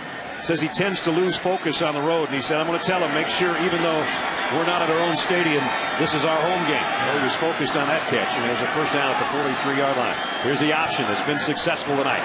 Pitch to Wesley, and it's successful again. All the way inside of 45 to the 43. You know, playing defense and good defense is about leverage. It's about staying on top of the offense. If they run outside, having more guys outside to force it in. And every time TCU has run this option, they've been able to leverage the Oregon State defense. They've been able to get outside and get more people out there to block than they have defenders. Here comes a quick snap again. And it's Wesley again, and another first down run.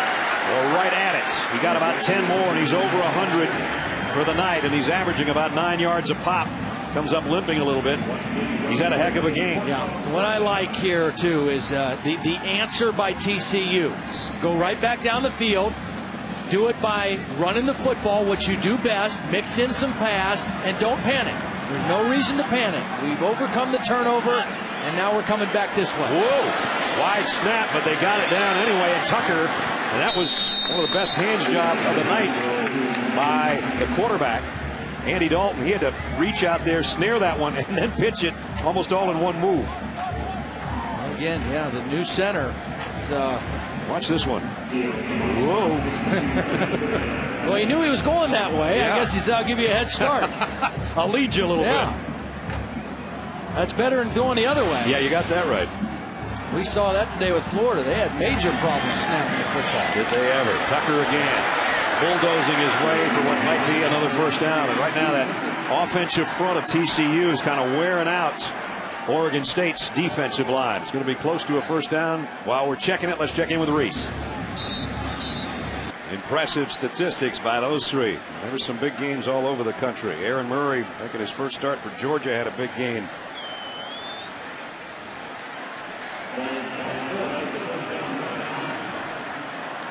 Tuimane was shaken up on the play and came to the sideline while they're measuring, and they're about a link shy, or just that clip that's on the end of the links, whatever that's called. We'll just call it the clip.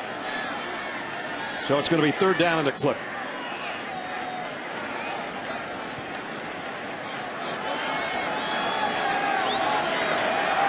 Last time on third down and this short, TCU passed in this spot on the field and had it intercepted. I don't think they're going to do that again. Not with about 2 inches to go. Matthew Tucker, the lone setback. Dalton will do it himself, and he's got the first down. Check in with Holly Rowe. Holly? Well, guys, I feel like this is a little bit of false advertising because they kept saying that it's air conditioned in here in this building, but TCU was smart. They made a request to open the roof of the building. That way there's no air conditioning being used, and it is hot as can be down here on the field. You just saw one of the Oregon State players cramping up on that last play. Guys are starting to get tired, and Gary Patterson was smart. He knew this wouldn't be a home field advantage because of the heat, and he found a way to make it so.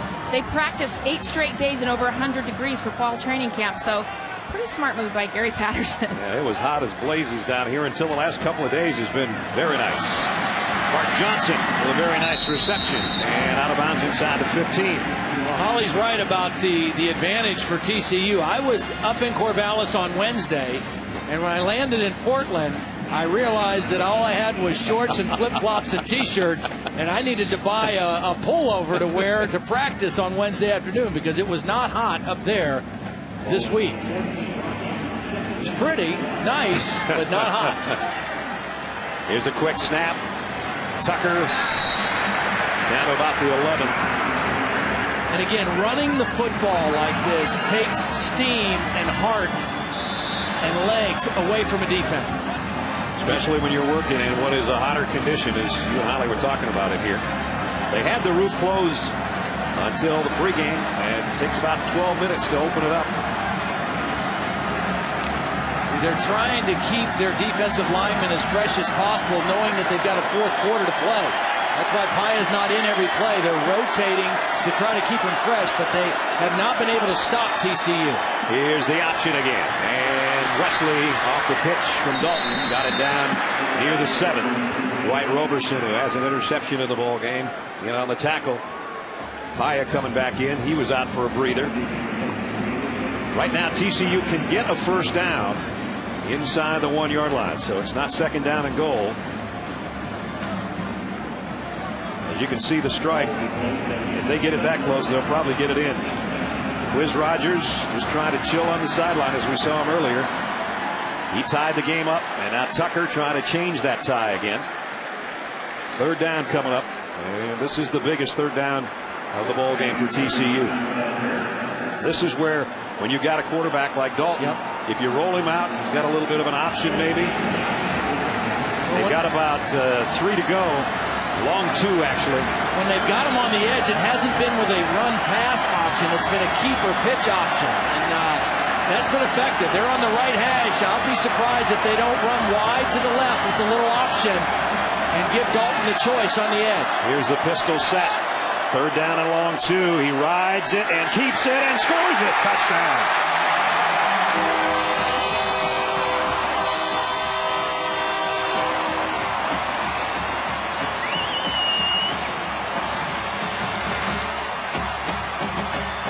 Andy Dalton for the score from 3 yards out. Well, watch the defensive end, Taylor Henry, 91, just crashed right down on the back, and it left a little hole, a nice seam there for Andy Dalton to squeeze in. Ross Evans for the point after, and it's good. And another lead change back in the favor of the Horned Frogs.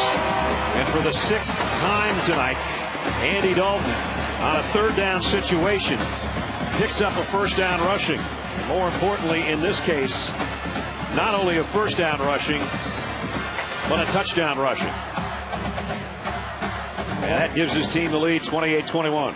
Well, watch again. Taylor Henry is the end over here. He's going to chase this play, thinking the back's getting the ball all the way. And watch the nice job by the quarterback. Put it in the belly, keep it, and then pull it out the last minute, and enough of a crease to get it into the end zone. So the lead goes back to the Horned Frogs, ranked 6th in the country, trying to take this opportunity in this football season to do what they did a year ago, which is run the table in the regular season. And a lot of people think if they get by this game, they've got Utah down the road, and there's an SMU game that might be tough, BYU. But they're capable. They are very capable. And what I like and what I'm seeing out of them tonight is their resolve, their toughness. And it starts with their quarterback. He's thrown 2 interceptions, but he's battled back. He's kept his poise. And offensively, when they've needed to respond and answer, they have. Sharples to kick. High and short. Rogers camps under it at the 10. James Rogers across the 25 and out to the 28-yard line. Talked about TCU and their schedule at SMU. That's on ESPN, and that won't be that easy either. But that Utah game down in November looms large. Utah with a big win in their opener over Pitt the other night. I agree. Gary Patterson told us, with this game against this opponent, it's not about style points. It's about winning by 1 more point. Yeah. And I agree. This is a quality opponent in Oregon State. Right now they're up by 7 points. Can they keep it that way? Draw play. Jaquiz Rogers with a stiff arm, a stutter move, and then he got planted by 2 guys.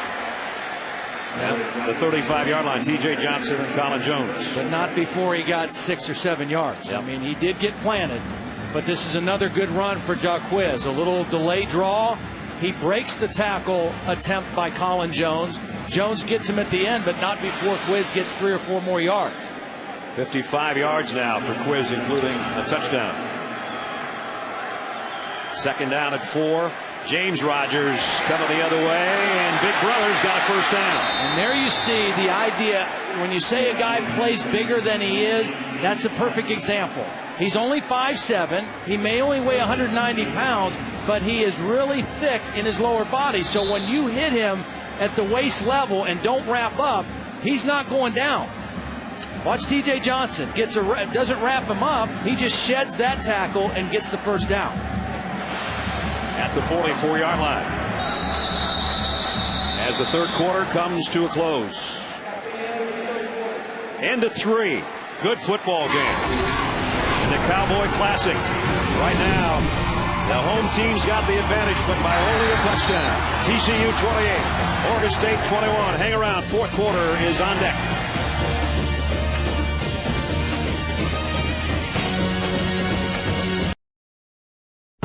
You're watching ESPN, new home of the Bowl Championship Series.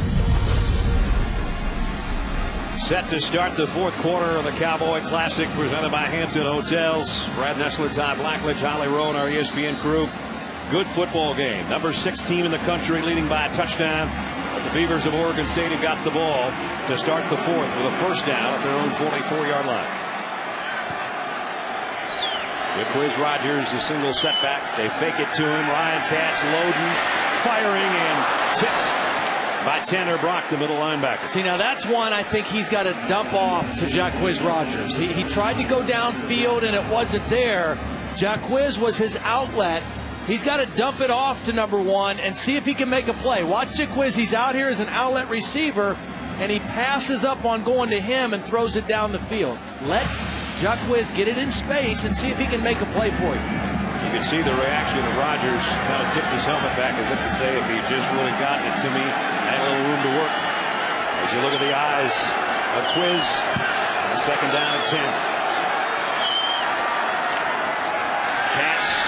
Fires, incomplete on the out. Aaron Nichols, the intended receiver. Now it's third down and 10.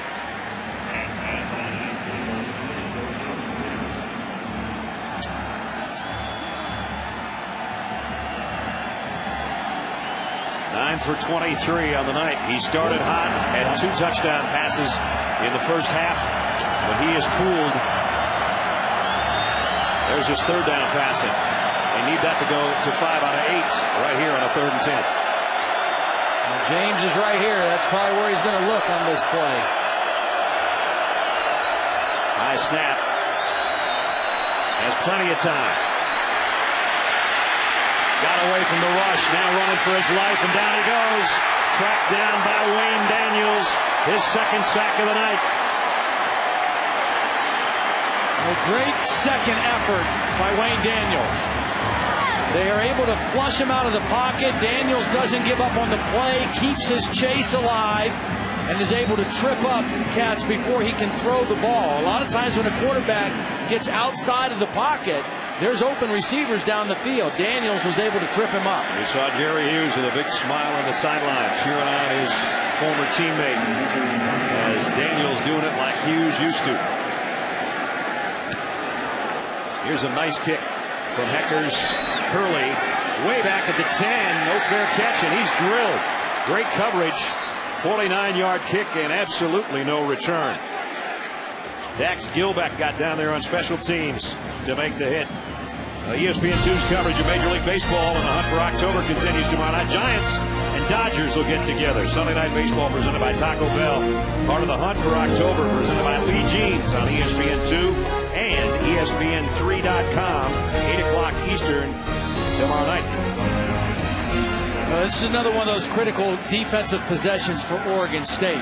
They don't necessarily need a 3 and out, but that punt and the good coverage flip the field. They've got to keep TCU in this part of the field for their offense. Dalton got it out to Sky Dawson. They try to get some blockers in front of him, and Dawson spins and fights for about 8 yards out to the 19-yard line.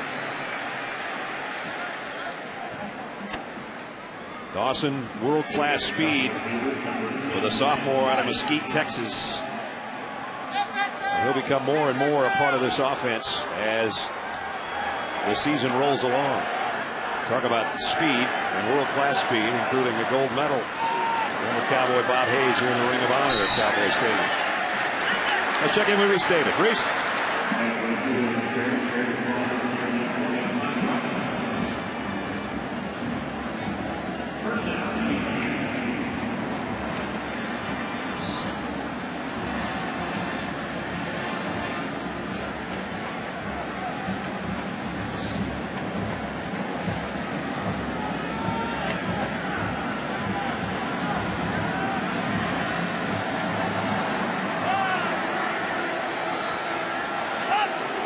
Big win for North Dakota State. Dalton out and up too far. Out of bounds. Curtis Clay, the intended receiver, and Brandon Harden was back there defending. 29 victories in the career for this young man, Andy Dalton. One more win would put him in the record books in school history. He would pass, yes indeed, slinging Sammy Baugh, who was an All-American in the 30s here and went on to a great NFL Hall of Fame career, great punter as well. He won 29 games for the Horned Frogs. And if Andy wins this game and he's up by a touchdown, he goes in the record books with his 30th win in a TCU uniform. And of course, there's a Sammy Baugh building named here And Andy kind of said, maybe they can put me in parentheses or something. He basically just told us the other day, man, to be mentioned in the same sentence with Sammy Baugh, are you kidding me? Well, here's the play right here for Oregon State. They did a nice job on first and second down. Maybe the longest third down play TCU has had tonight. 3rd and 8+. They've got to come up with a stop. They still could get good field position after a punt if they get a stop here. And in long yardage, they're 0 for 2 on these third downs. Big play by both teams, for both teams, right here. Dalton over the middle, crossing pattern. Is it going to be enough? No, it's not. Nice defense by Michael Doctor. Just what the doctor ordered right there. Big hit. No, they're going to have to punt it. That was a mistake, I think, by the young receiver, Josh Boyce, who made the catch. He tried to stretch that to the sideline to gain the first down. I think maybe if he just turns right upfield after the catch, he has a better chance of converting that first down. So now, Anson Kelton, that 280-pound punter, set to kick away to the 188-pound James Rogers. Rogers averaged about 12 yards a punt return last year, but when you look at the field like this, if he hits a line drive, James will have a chance. It's anything but a line drive. It's a mile in the air. James backpedals to the 13. Got by 1. James Rogers, 20, 25, out to the 27. Did what he could. And little brother Jaquiz getting ready to put his lid on and be part of the offense. Can Oregon State come back and tie it up? Hang around, find out with us.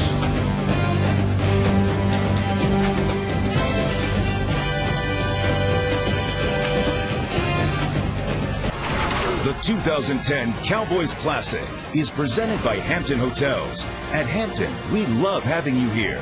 And in part by Lee. Getting comfortable never looked so good. We've got a great one going on here at the Cowboy Classic. We'll have another one for you in the All-State kickoff in the Capitol as part of Dick's Sporting Goods kickoff week, Monday night, 8 o'clock. Boise State ran the table a year ago. They're ranked 3rd in the country, and Virginia Tech number 10 at FedEx Field. First down, Oregon State trailing by a touchdown with 11:13 remaining. Jaquiz Rogers, a tough 4 yards. Tank Carter as we check in with Holly. Well, all preseason, all anyone said around here is, what in the world will TCU do without Jerry Hughes? And Jerry, I'll ask you, how do you think they've done so far without you? I think they're doing great right now. They're up in the game, they're winning the ball game, and that's all that matters right now. Daniels has had 2 sacks in your old position. What is it about how Gary Patterson teaches defense that allows you guys to be successful? Oh, you know what? He takes that speed and he kind of just molds it and puts it on the field. Wherever he can get that speed on the field, he's going to do it. And, we got a great defensive line coach with Dick Bunkers. He does a great job of coaching us, teaching us moves, and just getting us out there. All right, well, he's taught him some moves. He's going back to the Indianapolis Colts, and he said things are going pretty well up there for him, guys. All right, good luck, Jerry. The Ted Hendricks Award winner is the best defensive end in the country last year. And there's Coach Bumpus, who Jerry was talking about.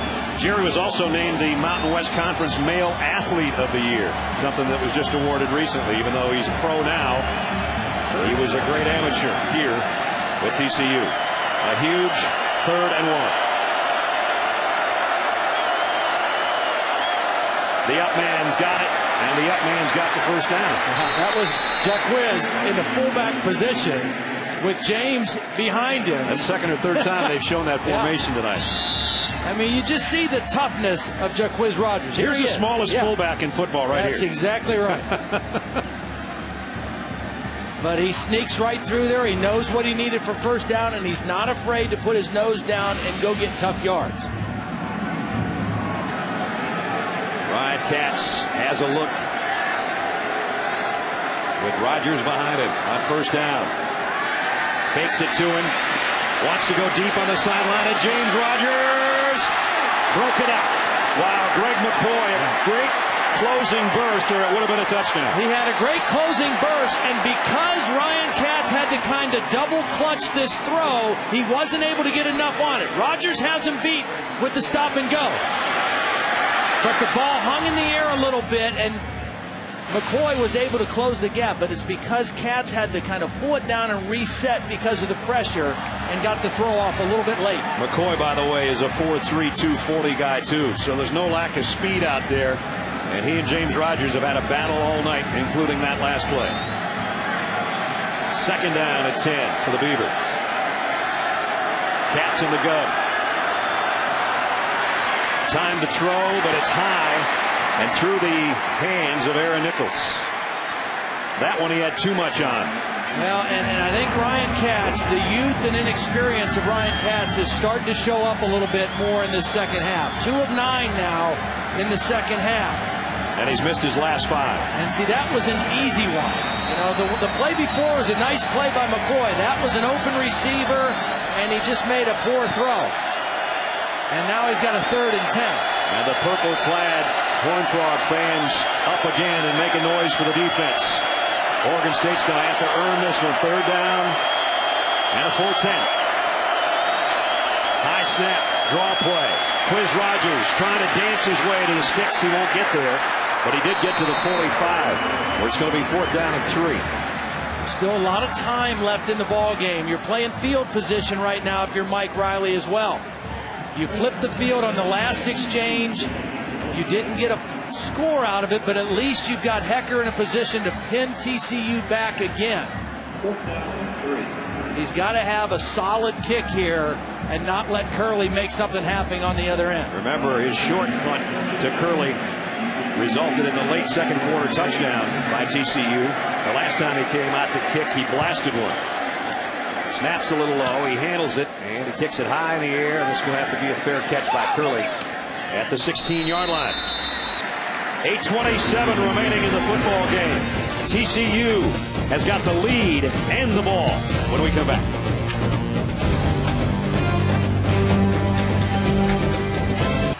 Bart Johnson right there, number 6, part of our All-State Good Hands play of the game. And here it is. Good Hands play brought to you by All-State. Watch this throw from Andy Dalton, and watch Bart Johnson take it off with his fingertips, the top of the turf. There's about 2 inches to spare right here. Great catch. Sometimes a quarterback makes a receiver look good, and sometimes a receiver makes a quarterback look good. Absolutely. What Gary Patterson wants from his offense right now is eat some clock, run the football, and flip the field. And they have run the football very well tonight, especially with this guy who's over 100 yards. Ed Wesley bounces out of bounds, knocked out by Dockery. Well, that's not what he wanted. He didn't want his running back to run out of bounds and stop the clock. Keep the clock running, run the football, and move the chains. So even if you don't score, you've got a touchdown lead. Even if you don't score, get yourself into position to punt Oregon State down and then count on that rock-solid defense to keep them down there. On second down, Dalton play action. He's going to go for all of it down the far sideline, and it's incomplete. Brandon Harden broke it up. Now the pass down the sideline to Josh Boyce. So you look at Brandon Harden, he's big for a corner. Yeah. I mean, he's 6'2", 215 pounds, and the coaches of TCU said, that's the guy we're going to go after. He's a little bit more of a run support guy, a banger. The other guy, Dockery, is probably their best cover guy. We're going to go after Harden. They got him once early in the game, but he's held his own pretty well. Well, the Horned Frogs have backed themselves into a little bit of a mud hole here on 3rd down and long, and have stopped the clock twice. 3rd and 7. Big play for the Oregon State defense. Dalton keeps it. Ooh, does he get it? I think he might. I think he might have. Well, Beavers are saying the ball's out. I think he got the first down. You talk about a big run. If indeed that's a first down on 3rd down and 7, it is. Andy Dalton, who had a touchdown run to give his team the lead, has now on 3rd down again come up, and this time it's the longest run he's come up with on a 3rd down conversion right here. And he's not a slide guy. He's a guy who's going to go head first and forward towards that first down marker, and another big run for Dalton. Now he's back in the shotgun in the pistol set with Wesley behind him, and the clock is moving. 7:25 remaining in the ball game.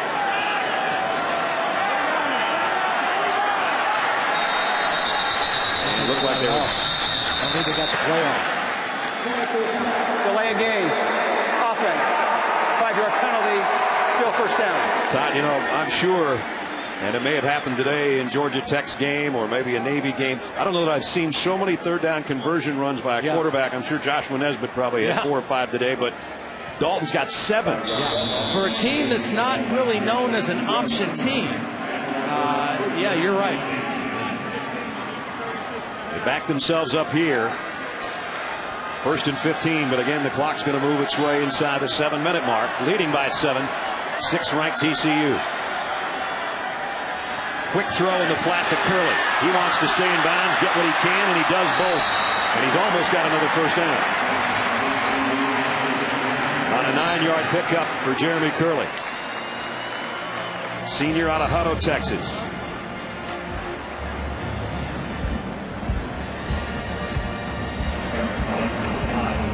Nice accurate throw, and you mentioned it. Curley did a real nice job of staying in bounds, getting what he could, getting it into a second and very short situation. That ties his career high. His career high was 6 catches in the Fiesta Bowl. He's got 6 more tonight. And now the Horned Frogs have gotten a first down again on the ground as they're churning up yardage on the ground. They're well over 200 yards rushing. And a stat for TCU, when they go over 167 yards on the ground, they've won their last 40 games in a row. And they're up about 250 or so right now. Well, again, this is exactly what Gary Patterson wanted out of this drive. I mean, obviously, you'd love to score again and make it a 2-score game. But if you don't do that, at least now you've gotten in a position where you can pin them back if you have to punt and trust your defense. And put it on the shoulders of a quarterback making his first start on the other side. And out to the 47 is Andy Dalton, and down to the field to Holly. Well, Brad, you mentioned it earlier, the unusual color of the TCU uniforms and helmets. It's gray going to white, and the theme for this team this year is an old quote by their former coach, Dutch Meyer, who was legendary back in the 1930s. Gary Patterson plucked this quote: "Fight them till hell freezes over, and then fight them on the ice." So Nike designed these uniforms. It's lizard skin that turns white to ice, and inside the neck of their jerseys is embroidered the words, "Till hell freezes." Boy, Dutch Meyer, who coached here 1934 to 52.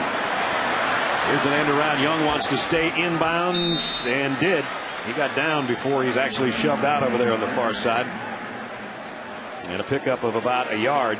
That was Tucker, beg your pardon. So the clock will move. We're under 5 minutes. TCU trying to hang on in front of 46,138 tonight at the Cowboy Classic. 3rd down, it's usually Andy Dalton's down. 12 of 14 third down plays, they've run the football. No back in the backfield. That doesn't mean they're not running. That's exactly right. This time they will throw and knock down. What a play defensively by Dwight Roberson, who has an interception tonight, and that's an even bigger play. He made the interception on 3rd down, and he made the huge play there on 3rd down. Not only do they get a stop, it stops the clock as well with the incompletion. But again, TCU has the opportunity with a good punt here to make Ryan Katz and Oregon State go a long field for a tying touchdown. You talked about it before, Ledge. At least TCU ran 4 minutes off the clock. That was big. And now if they get a good kick, they could maybe pin James Rogers inside the 10. They hang it up there. Short. Yeah, it's short. And he'll call for a fair catch over at about the 18-yard line on the far side of the field. 34-yard kick. He ain't over yet. Oregon State still got something to say about this football game with 4:18 to play.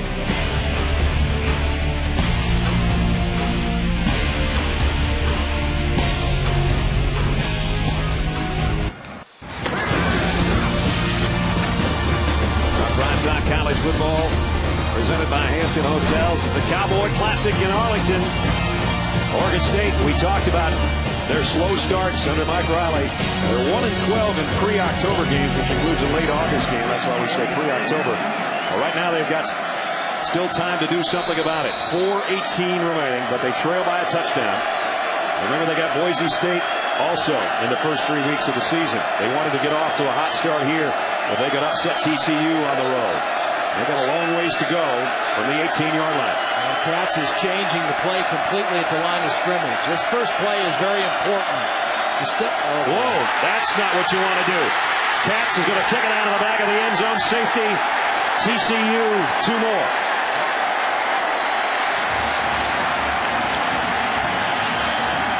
I don't know that he's allowed to kick it like that. Well, Uwe Shaman did it for the Tampa Bay Buccaneers, didn't he? Or was it Gary Upremian? One of those guys did that.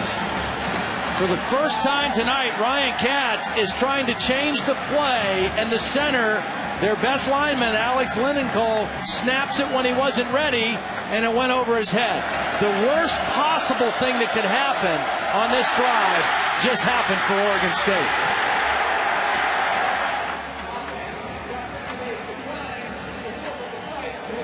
Yeah, it is a penalty. He's not able to kick. It's an illegal kick, but the result of the play is still a safety.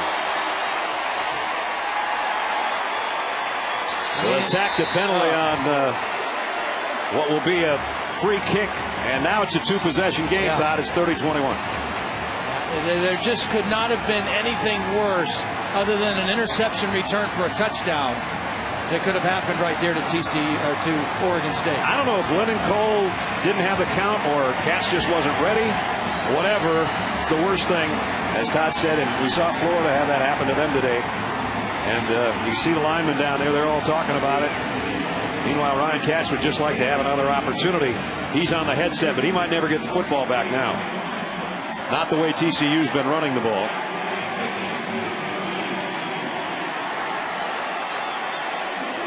So Johnny Hecker will have the free kick.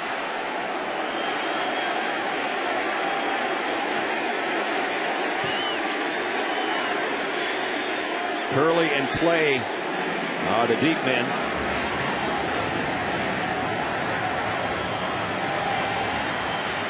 Disaster strikes in Arlington for Oregon State on that last play.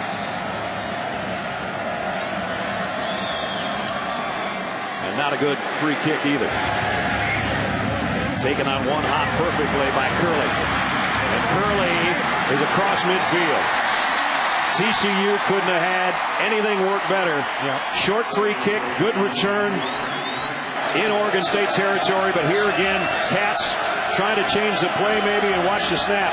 Never even looked at it. No. He's still looking at the formation. He's trying to change the play. Probably not the best time to try to make an audible like that. And again, the worst situation. He's trying to communicate to the whole field. And he's looking left, and the ball goes right over his head, or right past his head. So a 9-point lead for TCU. And here comes Ed Wesley. There goes Ed Wesley to the 30-yard line. And the Horned Frogs, 4 minutes away from wrapping this thing up. And of course, now the question becomes for TCU. I mean, are they a national championship contending kind of team if they can run the table? I mean, this looked to be the most difficult challenge on their schedule. You never know. There's a lot of football to be played. Remember last year, the Big 12 championship, Texas and Nebraska. Texas got one more tick of the clock put back on after Colt McCoy threw that ball out of bounds and got a field goal to win that game, or TCU would have been in the national championship game against Alabama. They got a long ways to go. We got about 13 more weeks to think about that, I guess. Yep, we sure do. Down to the 25 is Wesley. Another pickup of 6. Good, solid game for Ed Wesley, the sophomore out of Irving, Texas, as he's been a workhorse tonight. And Tucker, when he's come in there, he's done well too, but over 100 and closing in on his best game ever. Ed Wesley's best game was against Utah, 137 last year. This TCU team returned 16 starters from that undefeated team last year. 9 of them on offense. They lost some key guys on defense. We already mentioned Jerry Hughes, Darrell Washington, middle linebacker, a pair of corners who were 4-year starters. And the offense has carried the team tonight. They've been more physical than Oregon State. I like their offensive line. Yep. Here's Tucker, Dalton rather, keeping it. Play fake to Tucker and got it down within 2 yards of the first down. 3rd down and about 2. Time is of the essence right now. Oregon State needs the ball to pop out or something, or they might not get another chance. Mike Riley will know that one slipped away here. Mike still has a summer home near San Antonio, so he gets back to Texas for about a month every summer as he was head coach of San Antonio, the World League, back around 90. But this trip is not going to be a happy one, it appears, unless the ball will pop out for him.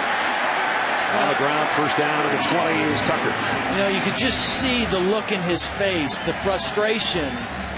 And it's not that they got beat or are going to get beat, because he knows TCU is a high-quality team. Right. But you don't give yourself a chance at the end. With that play that backfired and the safety, it just took their whole chance away to make a run at TCU here in the last 4 minutes of the game. And that's the frustrating thing, the thing that'll eat at him the whole plane ride home back to Corvallis.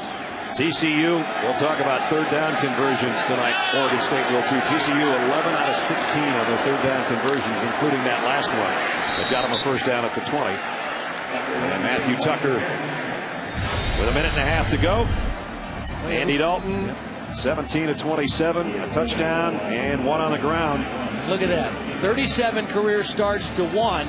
That's the difference in this game tonight. Andy Dalton was able to overcome 2 interceptions, critical interceptions, and come back and lead his team and make plays when they needed him to make plays, both throwing it and running it.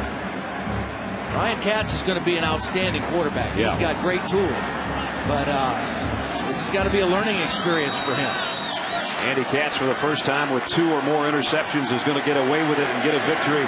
And it's going to be a victory that's going to put him in the school record books, as he is under a minute away from being the winningest quarterback in TCU history. His 30th win is coming to pass Davey O'Brien on the all-time list. Sammy Baugh, I beg your pardon, on the all-time list. The thing I like fans know that now. The thing I like about Andy Dalton is, you know, he hated the way he played in that Fiesta Bowl. Threw 3 interceptions. Couldn't wait to get back on the field this year. Said his takeaway from that game was, I got to stay even-keeled. If I make a mistake, I can't let it get to me. I've got to stay the course and be a calm leading and a calm influence for the rest of my team. And he did that tonight. 7 third down conversion runs by just the quarterback alone. And what will end up being a 3-yard touchdown. That's the winning touchdown that put him up 28-21. So now 47 seconds remain. They come back out on the field. Oregon State, you see the yellow dashes underneath the Beavers down there on the bottom. That's their remaining 1 timeout. TCU's got all 3 left and they don't need them. But here's another third down. And wouldn't shock me if Andy Dalton ran the ball. Matthew Tucker's back there with him in the Horned Frog backfield.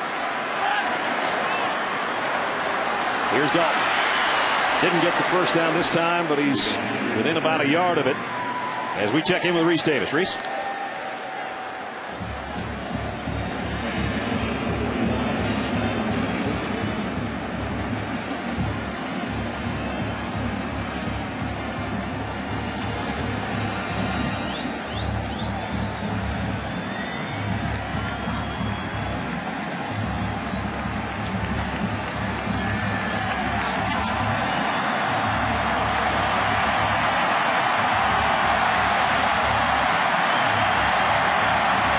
Thanks. The final seconds ticking off. Gary Patterson's team goes to 1-0, the number 6 team in the country. Tough loss for number 24, Oregon State, and Mike Riley. Be a long ride back to Corvallis, but a really good football game in the Cowboy Classic, 30-21. As we check in with Holly and the winning coach. Well, Coach, what was going through your mind earlier in this game when your senior quarterback threw 2 picks? Well, the last game we played, we didn't turn out so good, but you know, the good thing was we were able to overcome it. And, you know, I was happy with our defense. They have some good offensive players. We got to not allow big plays. We stopped the run mostly. And offensively, we did it when we needed to do it. Now, I'm proud of everybody, special teams, the whole group.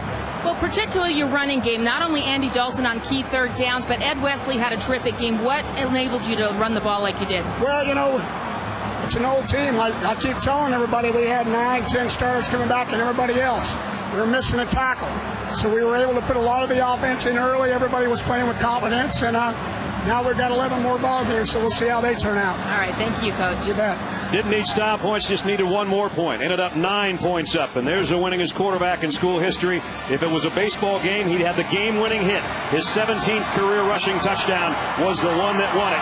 He's got 30 wins now in that uniform, and he's a happy guy. 30-21, TCU winning. Stay tuned, coming up next, Sports Center on ESPN.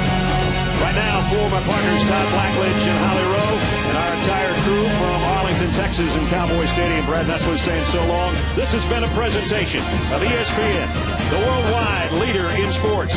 Horned Frogs 30, Beavers 21, the final from Texas tonight.